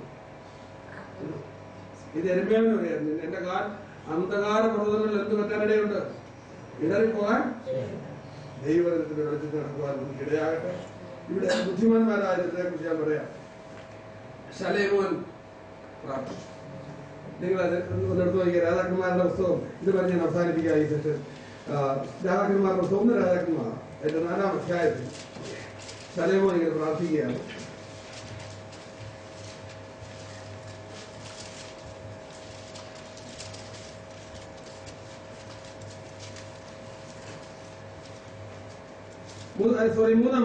മൂന്നാം അധ്യായത്തിൽ താൻ പ്രാർത്ഥിക്കുക. താൻ ദൈവത്തോട് പ്രാർത്ഥിക്കുന്ന സമയത്ത് താൻ എന്താണ് ചോദിച്ചത് നോക്കിയേ. യാഗം കഴിപ്പിക്കാനായിട്ട് താൻ പോയിരിക്കുകയാണ് ഗിബെയോൻ. അന്നത്തെ പ്രധാന പൂജാഗിരി. അന്ന് ഹോമയാഗം കഴിഞ്ഞപ്പോൾ യഹോവ രാത്രി ശലോമോന് സ്വപ്നത്തിൽ പ്രത്യക്ഷനായി. നിങ്ങൾ കണ്ടോ? 5-ാം വാക്യം ഇനി വായിച്ച് എന്താ ചോദിച്ചു? ഗിബെയോനിൽ വെച്ച് യഹോവ രാത്രിയിൽ ശലോമോന് സ്വപ്നത്തിൽ പ്രത്യക്ഷനായി. നിനക്ക് വേണ്ടുന്ന വരം ചോദിച്ചോളുക എന്ന് ദൈവം അരുളി ചെയ്തു. അതിന് ശലോമോൻ പറഞ്ഞതെന്നാൽ, എന്റെ അപ്പനായ ദാവീദ് എന്ന നിന്റെ ദാസൻ സത്യത്തോടും നീതിയോടും ഹൃദയപരമാർത്ഥതയോടും കൂടെ നിന്റെ മുൻപാകെ നടന്നതിന് ഒത്തവണ്ണം നീ അവന് വലിയ കൃപ ചെയ്യും. ഈ വലിയ കൃപ അവനായി പാലിക്കുകയും ഇന്നുള്ളതുപോലെ അവന്റെ സിംഹാസനത്തിൽ ഇരിപ്പാൻ അവനൊരു മകനെ നൽകുകയും ചെയ്തിരിക്കുന്നു. എന്റെ ദൈവമായ യഹോവേ, നീ അടിയനെ ഇപ്പോൾ എന്റെ അപ്പനായ ദാവീദിന് പകരം രാജാവാക്കിയിരിക്കുന്നു. ഞാനോ ഒരു ബാലനത്രേ, കാര്യാദികൾ നടത്തുവാൻ എനിക്കറിവില്ല. നീ തിരഞ്ഞെടുത്തതും പെരുപ്പം നിമിത്തം എണ്ണവും കണക്കും ഇല്ലാത്തതുമായി വലിയൊരു മഹാജാതിയായ നിന്റെ ജനത്തിന്റെ മധ്യേ അടിയനിരിക്കുന്നു. ആകയാൽ ഗുണവും ദോഷവും തിരിച്ചറിഞ്ഞ് നിന്റെ ജനത്തിന് ന്യായപാലനം ചെയ്യുവാൻ വിവേകമുള്ള ഒരു ഹൃദയം എനിക്ക് തരണമേ. പ്രിയപ്പെട്ടവരെ, ലോകത്തിലെ ജ്ഞാനികളിൽ ജ്ഞാനിയായ കർത്താവായ യേശുക്രിസ്തുവിന്റെ താഴെ ജ്ഞാനത്തിൽ നിൽക്കുന്ന ആളായിട്ട് ഒരാളെ ദൈവം ആരെയാണ്? അതിന് ശേഷമോ അതിന് മുമ്പോ അങ്ങനെ ജ്ഞാനികൾ ഒരു ജ്ഞാനിയായ മനുഷ്യൻ ദൈവം നേരിട്ട് പ്രത്യക്ഷപ്പെട്ടപ്പോൾ പ്രാർത്ഥിച്ചു. എന്തായിരുന്നു പ്രാർത്ഥനയിലെ കണ്ടന്റ്? വിവേകമുള്ള ഒരു നല്ല ഭർത്താവായിരിക്കാനുള്ള വിവേകം, നല്ലൊരു ഭാര്യയായിരിക്കാനുള്ള വിവേകം, നല്ലൊരു പാസ്റ്റർ ആയിരിക്കാനുള്ള വിവേകം. നമുക്ക് ഒരു പാസ്റ്റർ, എത്രയോ ജനമുണ്ട്, അവർക്ക് ന്യായപാലനം ചെയ്യണ്ടേ? വിവേകം വരുന്നത് ഒരു നല്ല മകനായി, ഒരു നല്ല മകളായി കുടുംബത്തിൽ വളരുവാൻ ആവശ്യമായ വിവേകം, ഒരു നല്ല വിശ്വാസിയായി സഹവിശ്വാസികൾക്ക് മാതൃകയായിരിക്കാനുള്ള വിവേകം എന്ന് വേണ്ട, മാതൃരാജ്യത്തിന്റെ മാതൃക ഒരു പൗരനായിരിക്കാനുള്ള വിവേകം, ജ്ഞാനമുള്ളൊരു ഹൃദയം ചോദിച്ചാൽ ദൈവം. പ്രിയപ്പെട്ടവരെ, ഞാൻ ഇന്നലെ നിങ്ങളോട്, എന്നെ മാനിക്കുന്നവരെ, പ്രാർത്ഥന ഒരിക്കലും നിങ്ങളൊരു വസ്തു കേന്ദ്രീകൃതമാകരുതെന്ന് ഞാൻ ഇന്നലെ പറഞ്ഞു, ഇന്ന് ഞാൻ പറയും. പക്ഷേ ദൈവം നമ്മളോട് ആവശ്യപ്പെടുന്നു, ദൈവത്തിന്റെ ഹൃദയം തൊട്ടറിഞ്ഞ് അവന്റെ ഇച്ഛപ്രകാരം, അവന്റെ ഇഷ്ടപ്രകാരം എന്തെങ്കിലും അപേക്ഷിച്ചാൽ അവൻ നമ്മുടെ അപേക്ഷ കേൾക്കുന്നു എന്നുള്ളത് നമുക്ക് അവനോടുള്ള ധൈര്യം ആവുന്നു. അവന്റെ ഇഷ്ടം എന്താണ്? ദൈവം പ്രത്യക്ഷപ്പെട്ട് ചോദിക്കുമ്പോ നമ്മൾ ഒറ്റ സിംഗിൾ പ്രയർ, ഞാൻ പറഞ്ഞു സിംഗിൾ പ്രയർ, ഒറ്റ പ്രാർത്ഥന ദൈവസന്നിധിയിൽ കടന്നിരുന്ന് അറയടച്ചിരുന്ന് പ്രാർത്ഥിക്കാൻ നിങ്ങൾ തുടങ്ങിയാൽ ദൈവം നിങ്ങൾക്ക് തരുന്നൊരു കാര്യമുണ്ടോ? ഇദ്ദേഹം ചോദിക്കുകയാണ്, ദൈവം ചലയമോന്റെ പ്രാർത്ഥനയിൽ പ്രസാദിച്ചു എന്നാണ് പറഞ്ഞത്. എന്താണ് പറഞ്ഞത്? അദ്ദേഹം പറയുന്നത്, ചലയമോൻ ഈ കാര്യം ചോദിച്ചത് കർത്താവിന് പ്രസാദമായി. God pleasing prayer, single prayer, single content ആണ് അതിനകത്തുള്ളത്. നോക്കിയേ, കർത്താവിന് പ്രസാദമായി. ദൈവത്തോട് അടച്ചു എന്നാൽ നീ ദീർഘായുസോ സമ്പത്തോ ശത്രുസംഹാരമോ ഒന്നും ഉപേക്ഷിക്കാതെ ജ്ഞാനപാലനത്തിലുള്ള വിവേകം എന്ന ഈ കാര്യം മാത്രം, ഓൺലി വൺ തിങ്, ഈ കാര്യം മാത്രം. അതിന്റെ കൂട്ടത്തിൽ ഒരു കൊട്ട അതും 1.5 കൊട്ട ഇതും ചോദിച്ചില്ല. ഈ കാര്യം മാത്രം ചോദിച്ചത് കൊണ്ട് നിന്റെ അപേക്ഷ പ്രകാരം ഞാൻ ചെയ്തിരിക്കുന്നു. മാത്രമല്ല ജ്ഞാനവും വിവേകവും ഹൃദയം ഞാൻ നിനക്ക് തന്നിരിക്കുന്നു. ഇവൻ ലഭിച്ചു,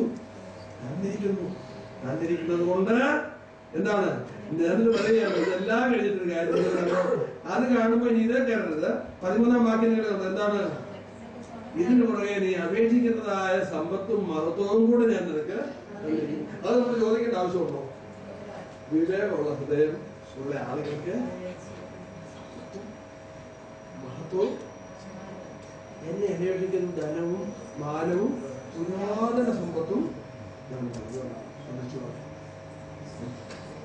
വിവേകമുള്ള അനർത്ഥം കൊണ്ട് മുഖരിതമായ, അനർത്ഥം കൊണ്ട് കൊളാപ്തരായ, തകർന്ന വികൃതമായ ഈ ഹൃദയം മാറ്റി. അതുകൊണ്ടാണ് ദാവീദ് രാജാവ് പാപത്തിന് ശേഷം കണ്ണുനീർ ഒഴുക്കി കരഞ്ഞത്, കർത്താവേ നിർമ്മലമായ ഒരു ഹൃദയം, സൃഷ്ടിക്കണം നമ്മുടെയൊക്കെ ഹൃദയം മൃഗം മഹാമന്ത്രിനെ പോലെ പ്രാർത്ഥിക്കും. 2 കീസ്. എന്തൊക്കെയാണത്? ഒന്നാമത്തെ കീ എന്താണ്? ദൈവത്തിന്റെ വാക്ക് തന്നെ, അല്ലേ? ദൈവത്തിന്റെ വാക്ക് തന്നെ. രണ്ടാമത് നമ്മുടെ പ്രാർത്ഥനാ വിഷയം എന്താണ്? രണ്ടാമത്തെ വിഷയം എന്താണ്? ആദ്യത്തെ ജീവനുള്ള ദൈവമായിട്ടുള്ള വ്യക്തിബന്ധമാണ്, അല്ലെ? ജീവനുള്ള ദൈവമായിട്ടുള്ള വ്യക്തിബന്ധം. ആ വ്യക്തിബന്ധത്തിലെ 2 ഫൗണ്ടേഷനാണ്, അല്ലെ? 2 അടിസ്ഥാനങ്ങളാണ്. എന്ത്? ദൈവിക വാഗ്ദത്തങ്ങളും അതുപോലെ തന്നെ പേഴ്സണൽ ഇന്റിമസി. ഇനി രണ്ടാമത്തെ കീ എന്താണെന്ന് ചോദിച്ചു കഴിഞ്ഞാൽ എന്താണ്? Single content prayer. ഒറ്റ കാര്യം ദൈവത്തോടെ അതല്ലേ പറഞ്ഞു, ഞാൻ ഒരു കാര്യം യഹോവയോട് അപേക്ഷിക്കുന്നു. കേട്ടുണ്ടോ? സംഘപ്രകാരം ഞാൻ ഒരു കാര്യം, നിങ്ങൾക്ക് ഒരു കാര്യം പ്രാർത്ഥിക്കാൻ ദൈവം തന്നാൽ നിങ്ങൾ എന്ത് പ്രാർത്ഥിക്കുമെന്ന് എന്നെ കേട്ടിട്ട് നിങ്ങൾ എന്ത് പ്രാർത്ഥിക്കും? എന്താണ് ദൈവത്തോട് ചോദിക്കാൻ പോകുന്നത്? വിവേകമുള്ള, കാരണം അനർത്ഥം അതിനകത്ത് പതുങ്ങിയിരിക്കണം. അത് നമ്മളെ കൊല്ലും. അതുകൊണ്ട് അനർത്ഥം എനിക്ക്, നിന്റെ കൈ എന്നോടുകൂടി ഇരുന്ന അനർത്ഥം എനിക്ക് വ്യസനകാരണമാകാതെ എന്നെ കാത്തുകൊണ്ടുവെങ്കിൽ കൊള്ളാമായി. യഹോവ അവൻ അപേക്ഷവരെ. പ്രിയപ്പെട്ടവരെ, ഇങ്ങനെ പ്രാർത്ഥിക്കുവാൻ ദൈവം നിങ്ങളെ സഹായിക്കട്ടെ. ദൈവത്തിന്റെ നാമം